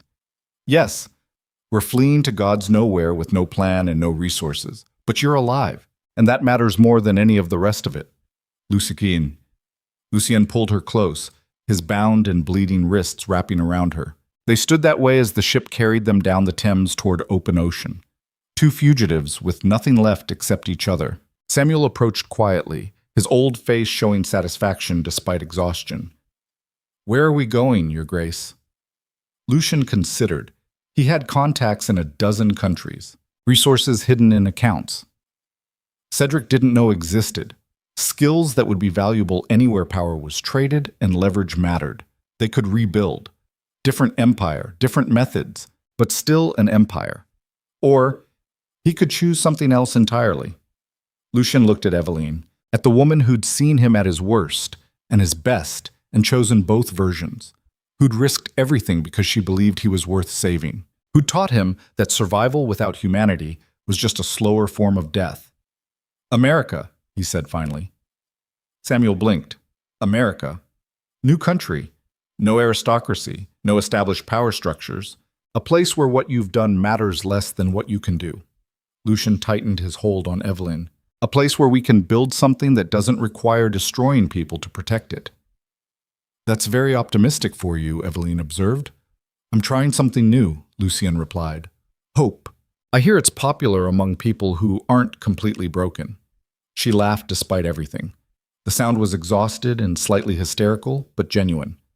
Samuel bowed formally. America it is then. I'll inform the captain. After the old butler left, Lucian and Evelyn stood at the rail, watching London disappear completely. The city where the Duke of Blackthorn had died, where Lucian Ravenscroft had been born. You know Cedric will come after us, Evelyn said quietly. I know. He won't stop. Can't stop. You're the only thing threatening his claim to Blackthorn. Lucienne nodded. Let him come. He'll be chasing a ghost. The Duke he destroyed doesn't exist anymore. And who exists in his place? Lucienne thought about the question. 3 months ago, he would have said a strategist, a survivor, a man who'd do anything necessary to maintain power. But standing on this ship with Evelyn in his arms, England burning behind them, execution cheated by minutes, Lucian realized the answer had changed. Someone who finally understands what's actually worth fighting for, he said. Which is? Not empire, not power, not control. He looked at her. This, us, the chance to build something that doesn't require turning into a monster to protect. Evelyn studied his face. You really believe that? I'm choosing to believe it, Lucian corrected. Because the alternative is spending whatever life I have left being exactly what Cedric is. Terrified, paranoid, destroying everything that might threaten me. And if he forces you back into that, if survival demands you become the Duke again, then you remind me why I stopped, Lucian said, the same way you did in that library, in that study, on that beach in France. You see through the armor to the person underneath. That's a lot of responsibility to put on one person, Evelyn observed. Good thing you're the most competent person I've ever met. She smiled slightly. Flattery. How very un-Duke-like of you. I'm learning, Lucian said. The ship cleared the Thames estuary, entering open ocean. Behind them, smoke rose from London as news of the escape spread. Ahead, the Atlantic stretched vast and unknowable. Samuel reappeared. Your Grace, the captain says we should reach international waters within 2 hours. After that, England has no legal authority to pursue. Thank you, Samuel, Lucian said. And stop calling me Your Grace. That title died on the scaffold. What should I call you? Just Lucian. The old butler's expression showed something that might have been pride. As you wish. Lucienne. After Samuel left again, Evelyn rested her head against Lucienne's shoulder. So what happens when we reach America? We disappear, Lucienne said. New names. New lives. We find work that doesn't require manipulating or destroying people. You have no idea how to do that, Evelyn observed. Neither do you, Lucian replied. We'll figure it out together. And if we fail, then we fail honestly, as ourselves, not as whatever the world demanded we become. Evelyn was quiet for a long moment. Then she said something that made Lucien's chest tighten. I think I might actually love you. The words were uncertain, careful, like she was testing their weight. Lucienne turned to face her fully. I know I love you, he said. I've known since that moment in the study when you told me walls don't just keep enemies out, they keep everything out. His voice dropped to barely a whisper. You're the first person in 20 years who made me want to tear them down instead of building them higher. Evelyn pulled him into a kiss that tasted like salt water and freedom. When they finally separated, both were breathing hard. The ship rolled over Atlantic swells, carrying them toward a continent neither had ever seen. Toward uncertainty, toward possibility, toward whatever two broken people could build when they stopped trying to survive alone and started trying to live together. Above them, clouds parted. Sunlight broke through for the first time since they'd left England. And for one perfect moment, everything felt possible. Then Samuel's voice cut through the calm. Lucienne, Evelyn, you need to see this. The old butler stood at the stern rail, pointing back toward England. A ship was emerging from the morning fog, military colors, 3 times the size of their vessel, moving fast with wind at its back. Evelyn grabbed a spyglass, focusing on the pursuing ship. Her face went pale. It's Cedric. He's aboard. I can see him on the deck. How is that possible? Lucienne demanded.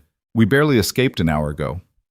He must have had a ship ready, Evelyn said, positioned specifically for this contingency. He knew there was a chance you'd escape. Her voice turned grim. He's not chasing you, he's hunting you. Lucian felt old instincts rising. The Duke calculating angles, assessing threats, preparing for conflict. He forced them down. That wasn't who he was anymore. But the ship was closing distance. Within an hour, maybe less, they'd be in cannon range. And their small vessel had no weapons, no protection, no chance in direct confrontation. Samuel was already moving toward the captain. We need more speed. We're at full sail, the captain shouted back. That's a military frigate, purpose-built for pursuit. We can't outrun it. Then what do we do? Evelyn asked. Lucian stared at the approaching ship, at his cousin standing on its deck, at the final confrontation that had been inevitable since the moment he'd surrendered in that warehouse. Cedric wouldn't stop, couldn't stop. As long as Lucian lived, he represented a threat to Blackthorn, a potential return, a ghost that could haunt Cedric's claim forever. This ended only one way, with one of them dead. Lucienne turned to Evelyn. How many pistols do we have? 4, she said. Plus whatever the crew carries. And the crew? 12 men. Sailors, not soldiers. Against a military frigate with trained Marines. The mathematics were brutal. Evelyn grabbed his arm. Don't. Whatever you're thinking, don't. He has to be stopped, Lucian said quietly. Not this way. Not by dying stupidly in a naval battle we can't win. Then what? Evelyn looked at the pursuing ship, at the impossible distance closing between them, at the choice that had no good options. We negotiate, she said finally. Lucian stared at her. Negotiate what? He wants me dead. There's no middle ground. There's always middle ground, Evelyn insisted. We just have to find what he actually wants beneath the revenge. He wants Blackthorn secure, which requires me dead or completely discredited. Then we give him that, Evelyn said. How? Her expression shifted into something calculating, something that reminded Lucian exactly why she'd survived 3 years in exile. We make you worthless, she said. Not just dead. Worse than dead. We destroy your value as a symbol. Make you into something Cedric can't use and doesn't need to fear. Lucian understood what she was suggesting. Public humiliation. Complete degradation. Turning the Duke of Blackthorn into a broken man who represented nothing except pathetic failure. Evelyn, that's the only option that keeps you breathing, she interrupted. Her hands gripped his shoulders. You've already died once, as the Duke, on that scaffold. What I'm suggesting is letting that death become complete, total, so thorough that Cedric has no reason to chase a corpse. And then we disappear into America as people who were never dukes, never powerful, never threats. Lucian looked at the approaching frigate, at Samuel standing ready to fight despite being 70 years old, at Evelyn willing to sacrifice his pride to preserve his life, at the choice between dying as the Duke or living as nothing. 1 month ago, the decision would have been impossible. Pride would have demanded he fight, die standing rather than live kneeling, become a legend rather than a cautionary tale. But that month had taught him something the Duke had never learned. Survival wasn't about what you were willing to kill for. It was about what you were willing to sacrifice. Signal them, Lucian said. Tell Cedric I want to negotiate terms of surrender. Evelyn's eyes widened. You're sure? No, Lucian said honestly. But I trust you, and if you think this is the only way, then I'll choose humiliation over death, because I finally found something worth being humiliated for. He pulled her close. You. Samuel raised the white flag as the frigate closed within hailing distance. Across the water, Cedric's voice carried on the wind, cold, victorious, inevitable. Cousin, how gracious of you to spare us both a pointless chase. Lucian moved to the rail, forcing himself to remain visible, exposed, vulnerable, everything the Duke had never allowed himself to be. I'm prepared to discuss terms, he shouted back. Terms? Cedric laughed. You're in no position to negotiate anything. Then I'm prepared to beg, Lucian called. The words tasted like ash, but Evelyn's hand found his, steady, supporting, reminding him why he was doing this. Cedric's frigate drew alongside. Marines lined the rail, muskets trained on Lucian's smaller vessel. One order from Cedric and they'd be slaughtered. Cedric himself stood at the bow, wearing full ceremonial armor, looking like a conqueror from ancient times. You would beg, cousin? After everything? After all your pride? Yes, Lucian said, forcing the word out. I would beg for the lives of everyone on this ship. They're innocent. This conflict is between us. How remarkably noble, Cedric sneered. Though I wonder what leverage you imagine you possess. Lucian took a breath. This was the moment. The complete surrender. I'll give you a confession, he said. A full written statement admitting to every crime you've accused me of, and more. Treason, betrayal, moral corruption. Whatever narrative you need to legitimize your claim to Blackthorn. His voice hardened. In exchange, everyone on this ship goes free. No pursuit. No consequences. Cedric considered. And you? Exile, Lucian said. Permanent. I'll never return to England, never challenge your authority, never threaten Blackthorn again. Just let these people live. The ocean rolled between the two ships. Marines waited for orders. Samuel stood ready to fight if negotiations failed. Evelyn gripped Lucien's hand like she was afraid he might disappear, and Cedric smiled. It was the smile of a man who'd finally achieved complete victory. Write your confession, cousin. Every crime, every sin, every humiliation. Make it thorough, make it devastating. His eyes glittered with malice. And when you're finished, I want you to read it aloud. Here, now, in front of everyone. Lucien felt the knife twist. This wasn't just confession. It was public execution of everything he'd been.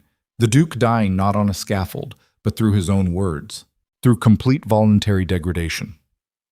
Evelyn's grip tightened. A warning, a reminder that this was the price of survival. Lucien nodded slowly. Bring me paper.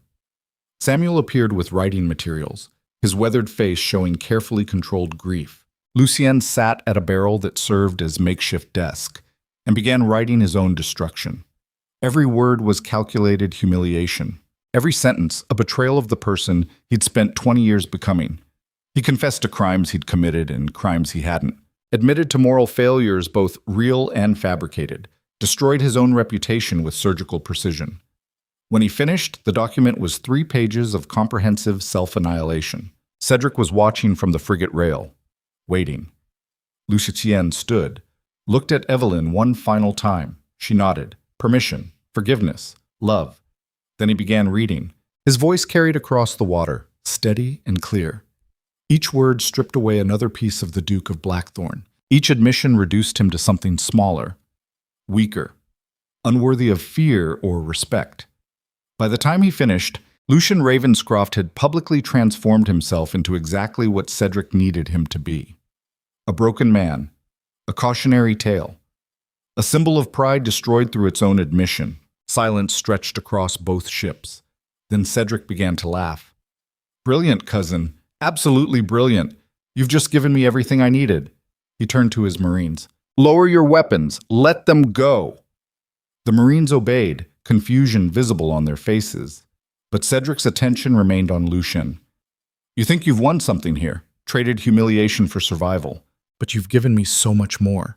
He held up a copy of the confession that had somehow been transcribed during Lucian's reading. This document will follow you everywhere.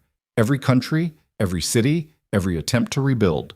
The Duke of Blackthorn confessing to comprehensive moral failure. It'll be published in every newspaper in Europe. Cedric's smile widened. You haven't escaped, cousin. You've just created a prison you'll carry with you forever. Then the frigate turned away, sails filling with wind, carrying Cedric back toward England, toward Blackthorn, toward the empire he'd finally secured. Lucien stood at the rail, watching his cousin disappear, holding a confession that had destroyed everything he'd been. Evelyn appeared beside him. I'm sorry, she said quietly. Don't be, Lucien replied. But you just survived, he interrupted. We survived. Everyone on this ship lives. That's what matters. Evelyn studied his face. At what cost?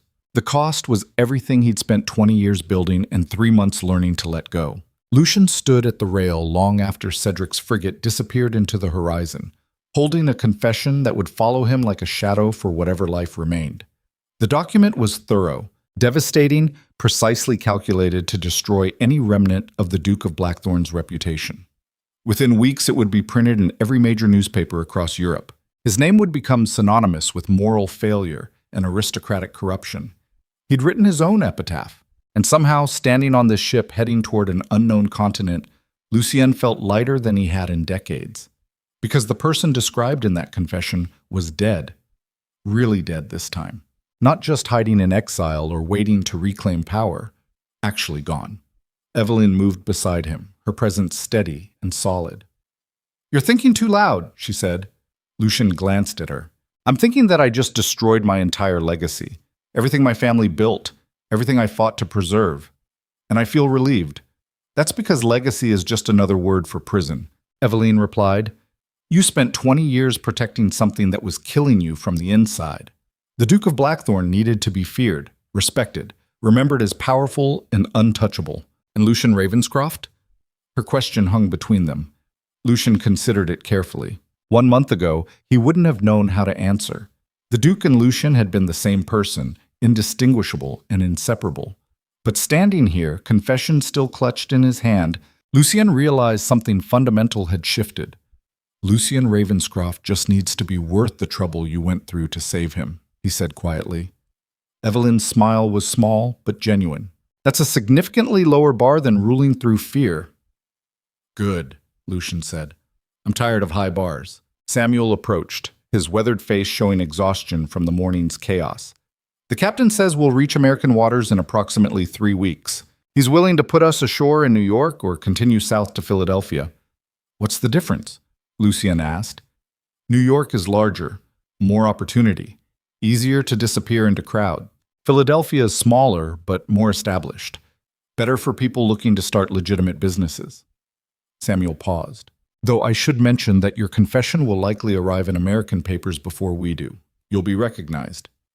"Then we don't go to cities," Evelyn said. "We find somewhere rural, somewhere people care more about competence than reputation." She looked at Lucien.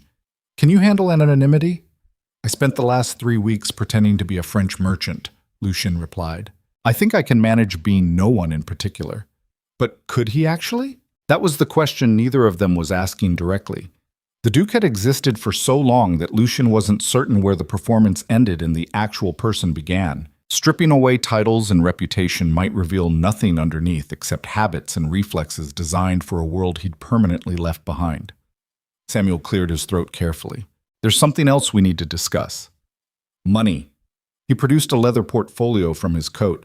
"Before your arrest, I transferred approximately £30,000 into accounts under assumed names. It's not Blackthorn's full fortune, but it's enough to establish new lives. The documents are here." Lucien stared at the portfolio. £30,000 was a fortune to most people. Enough to buy land, build businesses, live comfortably for decades. But it represented less than 2% of what he'd controlled as Duke. Everything else was gone. Seized by Parliament, claimed by Cedric, dissolved into the machinery of English law that had declared him traitor and criminal. "You've been planning this for weeks," Lucien said. Samuel nodded. "Since the moment you were arrested. I knew Cedric would seize everything he could reach, so I made certain some resources remained beyond his grasp." The old butler's expression was carefully neutral. "I also took the liberty of securing new identity documents. Lucien Moreau, French immigrant, former translator, no titles, no estates, no criminal history in America." He handed over papers that smelled like fresh ink and possibility. "You're no longer the Duke of Blackthorn, Your Grace. Congratulations." The finality of it should have felt like loss. Instead, Lucien experienced something closer to liberation. "Thank you, Samuel," he said quietly. "For everything. For 30 years of loyalty to a family that didn't always deserve it." Samuel's weathered face showed emotion for the first time in the conversation. "The family deserved it," he said. "You just needed to remember that loyalty goes both ways. Your father understood that before he died. I'm grateful you finally learned it as well." The old man bowed formally. "Now, if you'll excuse me, I need to rest." 70-year-old bodies weren't designed for prison breaks and naval standoffs. After Samuel left, Lucien and Evelyn remained at the rail as the ship rolled over Atlantic swells. The ocean stretched endlessly in every direction. No England behind them, no America visible ahead. Just water and sky and the peculiar freedom of being completely unmoored from everything familiar. "What do we do when we arrive?" Eveline asked. Lucien thought about the question.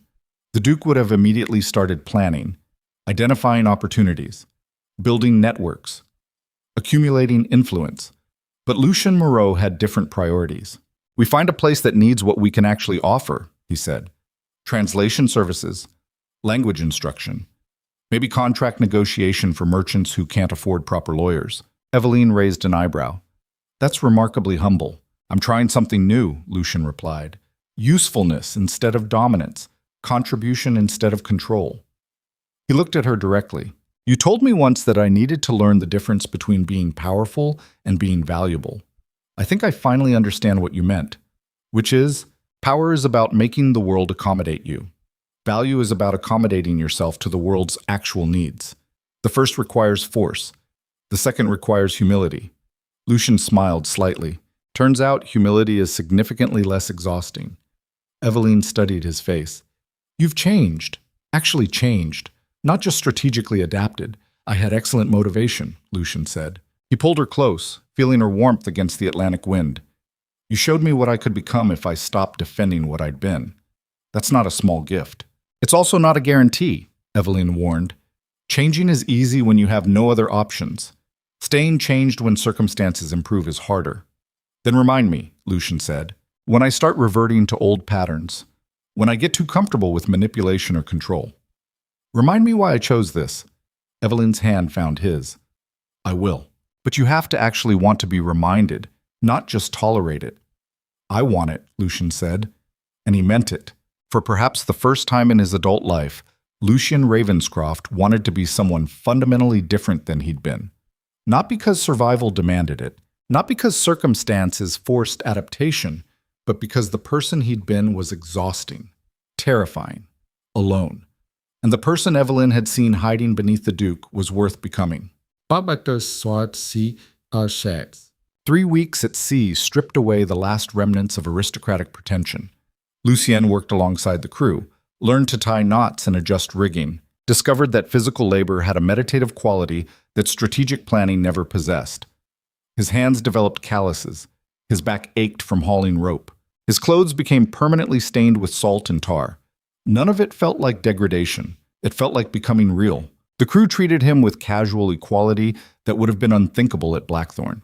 They called him Lucien, or sometimes just Frenchy because his accent amused them. When he made mistakes, they corrected him without ceremony. When he succeeded, they nodded approval and moved on. No one bowed. No one measured their words carefully. No one treated him like he might destroy their lives with a signature. It was glorious. Eveline spent her days teaching French to sailors who wanted to impress girls in foreign ports. She'd set up informal lessons on the deck, 8 men sitting in a circle repeating phrases with terrible pronunciation while she corrected them with patient humor. Lucien watched her sometimes when he should have been working, watched her laugh at a sailor's mispronunciation, watched her explain grammar with the same precision she'd used exposing Cedric's manipulation, watched her exist completely in the moment without calculation or performance. She'd been surviving alone for so long that having a crew of people who simply accepted her presence seemed to unlock something she'd kept buried. Joy. Actual uncomplicated joy. One evening, she found him watching and raised an eyebrow. "You're staring." "I'm appreciating," Lucien corrected. "Appreciate while working," she replied. "Those ropes won't coil themselves." But she was smiling. That night, they stood together at the bow as stars emerged in impossible quantities. The ocean was calm, the ship moving smoothly through dark water that reflected constellations like a mirror. "I've been thinking about names," Eveline said. "Names? For when we arrive. You're Lucien Moreau, but I'm still using my real name. Laurent, which connects me to my father's disgrace." "Do you want to change it?" Lucien asked. Eveline was quiet for a long moment. "Part of me wants to keep it, as a reminder of where I came from, what I survived, but another part wants to start completely fresh." She looked at him. "What do you think?" "I think," Lucien said carefully, "that names are just sounds until we give them meaning. Laurent means your father's idealism and your survival, but it also means every painful memory between those events." He took her hand. "If keeping it helps you honor what matters, keep it." If changing it helps you become who you want to be, change it. There's no wrong answer. Evelyn leaned against him. What if I want to be Evelyn Moreau? The suggestion hung in the night air. Lucien felt his heart stutter. Are you asking what I think you're asking? I'm saying that we're building new lives in a new country where no one knows our histories. We could be anything, including married. Her voice was carefully casual, but Lucien heard the vulnerability underneath. I'm not proposing, she continued. I'm just noting that the option exists. If you were interested, Lucien turned to face her fully. Evelyn Laurent, are you suggesting we get married for convenience? Partially for convenience, she admitted, but also because I've spent 3 months risking everything to keep you alive. And I'd like to continue doing that in an official capacity. That's the least romantic proposal I've ever heard, Lucien observed. Good thing I'm not proposing then. What are you doing? I'm giving you permission, Evelyn said, to imagine a future that includes something besides survival. To consider that maybe we've earned the right to be happy instead of just safe. She stepped closer. I love you, Lucien Ravenscroft. Or Lucien Moreau. Whoever you are underneath the titles and fear. I love the man who chose humiliation over letting innocent people die. Who wrote his own destruction to protect strangers. Who learned to tie sailing knots with the same focus he once used manipulating Parliament. Her hands cupped his face. And if you want to build something permanent with me, I'm saying yes before you even ask. Lucien kissed her then. Not desperately like in the study at Blackthorn, not urgently like before the scaffold collapsed, but thoroughly, completely, like sealing a promise that had been building since the moment she'd called him, afraid in his library. When they finally separated, both were breathing hard. Is that a yes? Evelyn asked. That's a yes, Lucien confirmed. Good, she said. Because I already asked the captain about performing marriages at sea. Apparently it's legally binding in most countries. You're terrifyingly efficient, Lucien observed. I survived 3 years in exile, Evelyn replied. Efficiency becomes a religion. She smiled. So, do you want to get married right now? Or should we wait until we reach America? Lucien considered. The Duke would have demanded ceremony. Witnesses. Documentation proving the legitimacy of the union. But Lucien Moreau had different priorities. Now, he said, before anything else can go wrong. Practical, Evelyn approved. They found the captain in his quarters, reviewing navigation charts by lamplight. He looked up as they entered. Let me guess. You want to get married? How did you know? Evelyn asked. I've been sailing for 30 years, the captain replied. I recognized the look. Also, you've been staring at each other like lovesick teenagers for 3 weeks. He stood, closing his charts. I can perform the ceremony now if you'd like, though I should warn you it'll be brief. I'm not much for flowery language. Brief is perfect, Lucien said. The captain gathered the crew on deck as witnesses. 12 sailors, Samuel, and the open ocean under stars that had guided travelers for millennia. No churches, no aristocratic guests, no carefully orchestrated performances designed to impress society. Just 2 people who'd survived impossible circumstances and decided to keep surviving together. The captain's ceremony was indeed brief. Do you, Lucien Moreau, take this woman as your wife? I do. Do you, Evelyn Laurent, take this man as your husband? I do. Then by the authority vested in me by maritime law and common sense, I declare you married. Kiss her before I change my mind. Lucien kissed Evelyn while sailors cheered and Samuel smiled with grandfatherly approval. When they separated, the captain produced a ship's log. Sign here, both of you. This makes it official. Lucien signed Lucien Moreau in handwriting that was nothing like the Duke's elegant script. Evelyn signed Eveline Moreau with a flourish. And just like that, they were married. No contracts negotiated, no estates combined, no political alliances sealed. Just 2 people choosing each other in the middle of the Atlantic Ocean. The crew celebrated with rum and terrible singing. Lucien and Evelyn stood at the rail, hands intertwined, watching moonlight on water. We're married, Evelyn said, like she was testing the words. Apparently, Lucien replied. Do you feel different? Lucien considered the question. The Duke would have felt nothing. Marriage was transaction, alliance, strategic advantage. But standing here with his wife, Lucien felt something he couldn't quite name. Not different, he said finally, just more certain. Of what? That we're building something real, not calculated, not strategic, Just two broken people deciding they're better together than apart. Evelyn rested her head on his shoulder. That's significantly more romantic than I expected from you. I'm learning, Lucian said. They stood that way as the ship carried them toward America, toward whatever life waited beyond the horizon, toward uncertainty made bearable by certainty that they'd face it together. New York appeared through morning fog like a promise wrapped in smoke. The city sprawled along the harbor, already larger than Lucian had imagined. Buildings competed for space and height. Docks swarmed with ships from every nation. The air carried unfamiliar smells of industry and ambition. This was nothing like England. No ancient stones, no inherited power structures. Just raw possibility and people determined to claim it. The ship docked at a commercial pier crowded with merchants unloading cargo. Lucien, Evelyn, and Samuel gathered their minimal possessions and prepared to disembark.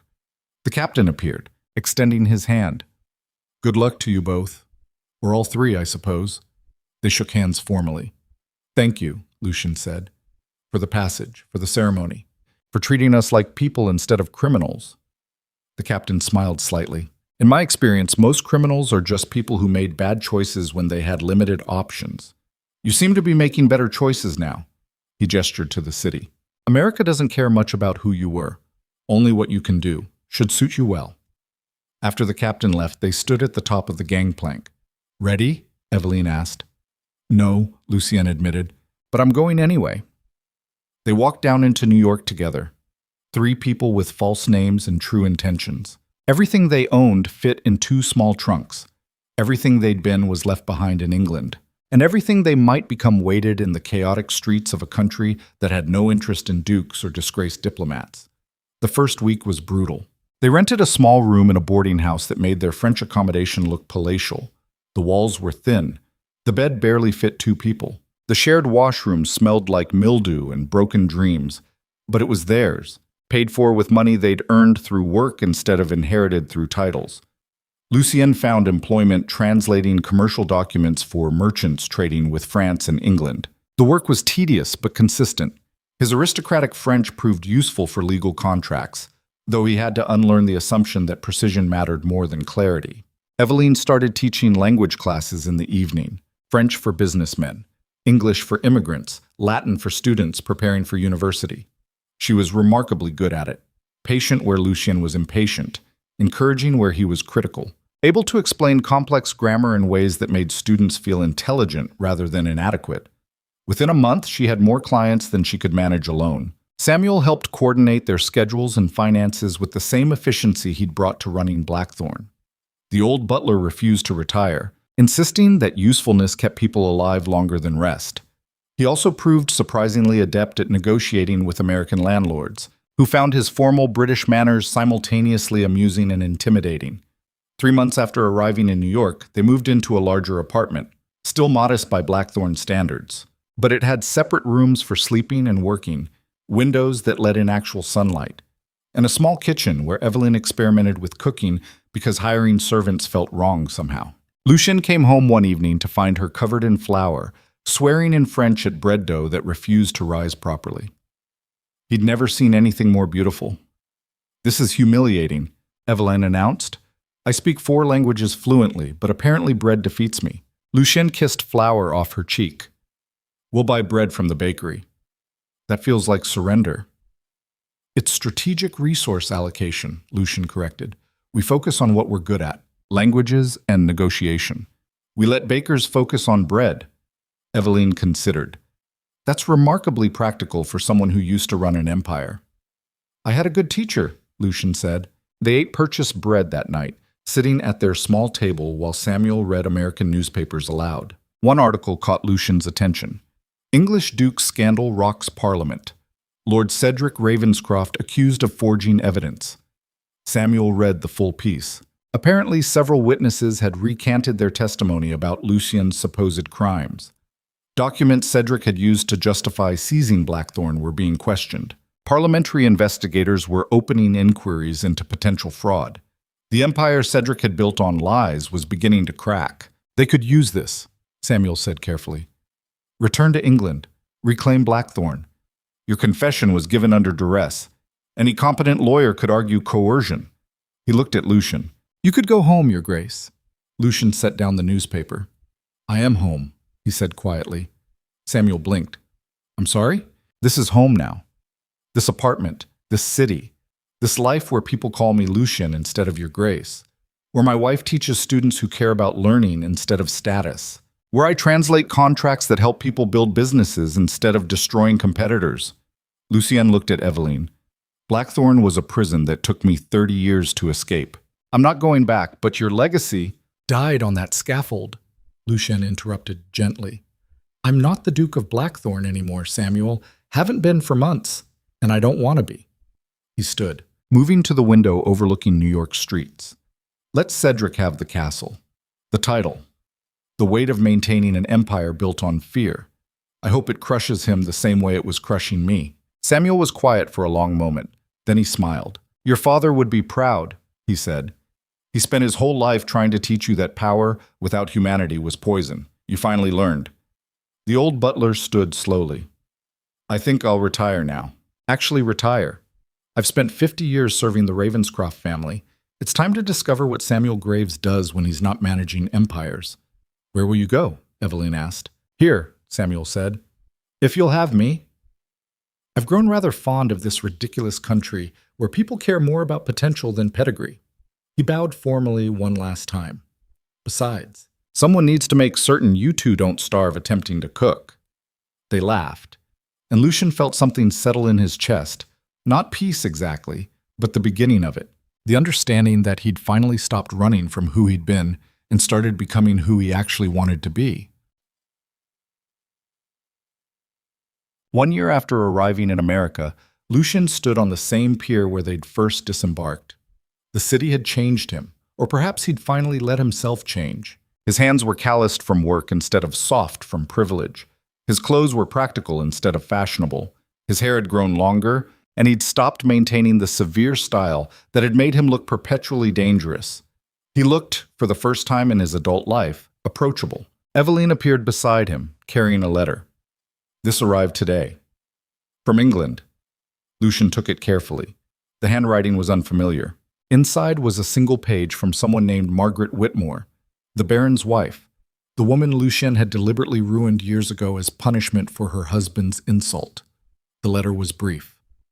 Mr. Moreau, I recently learned your true identity through newspaper accounts of the Blackthorn scandal.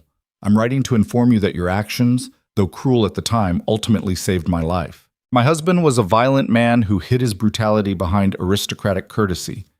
When you destroyed his finances, he abandoned me to flee creditors. I was left with nothing, which forced me to discover I was capable of far more than ornamental wifehood. I now run a successful dress shop in London. I support myself and my daughter through my own competence. Your cruelty gave me the freedom his violence never would have. I don't forgive you, but I wanted you to know that sometimes destruction creates space for resurrection. Margaret Whitmore. Lucian read the letter 3 times, processing the impossible complexity of consequences.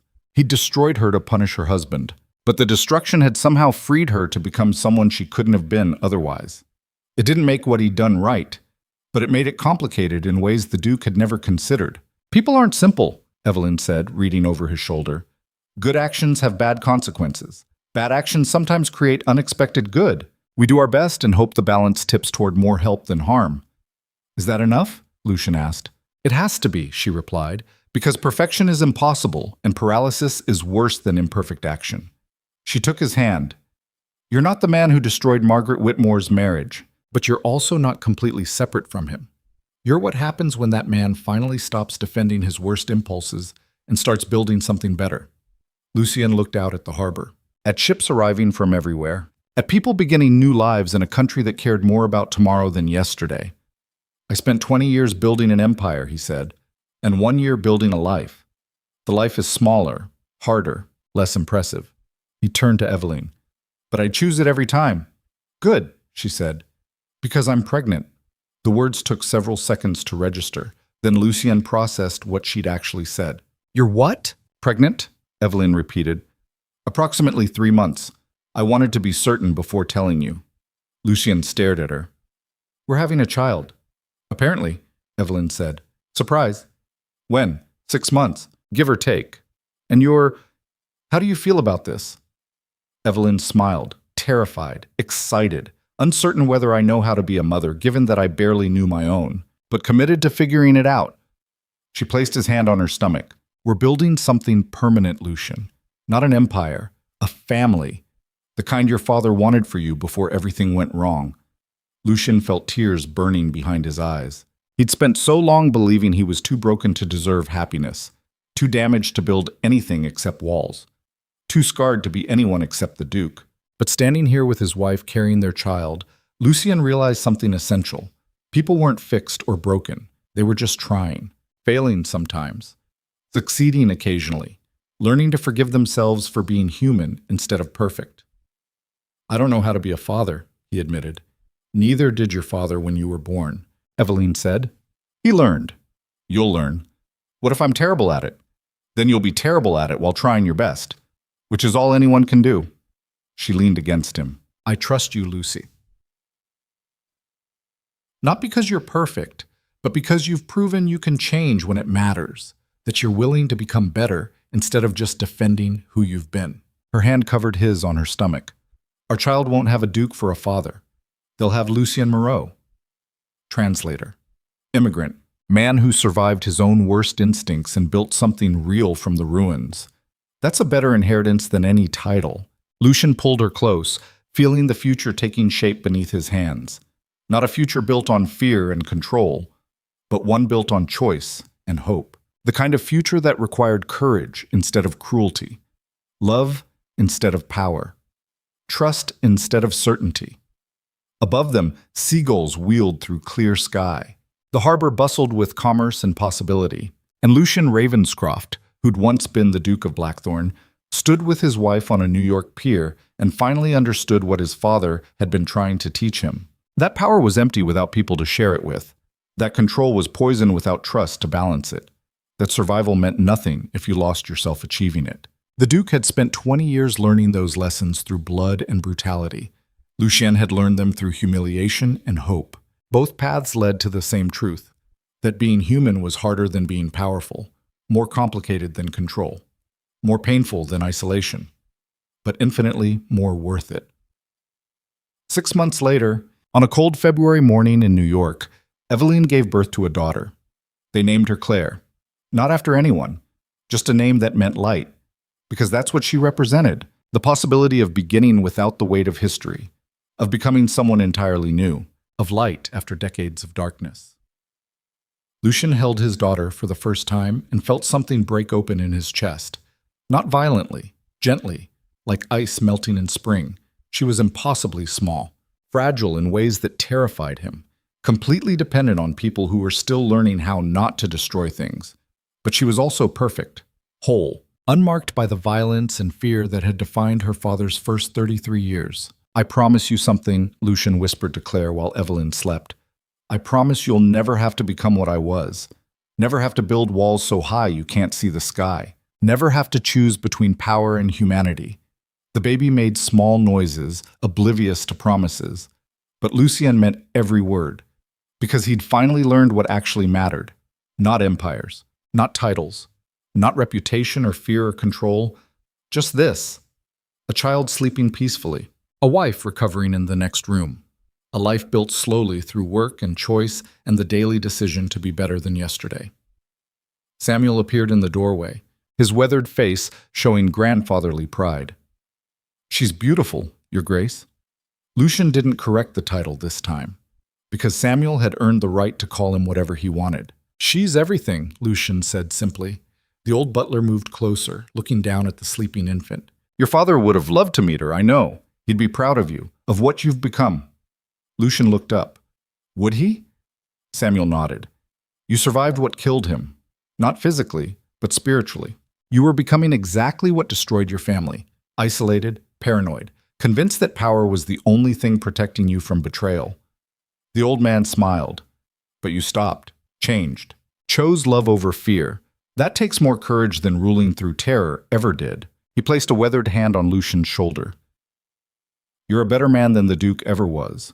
Claire will grow up knowing that. And that's the only legacy that actually matters. After Samuel left, Lucian sat holding his daughter as morning light filled the room.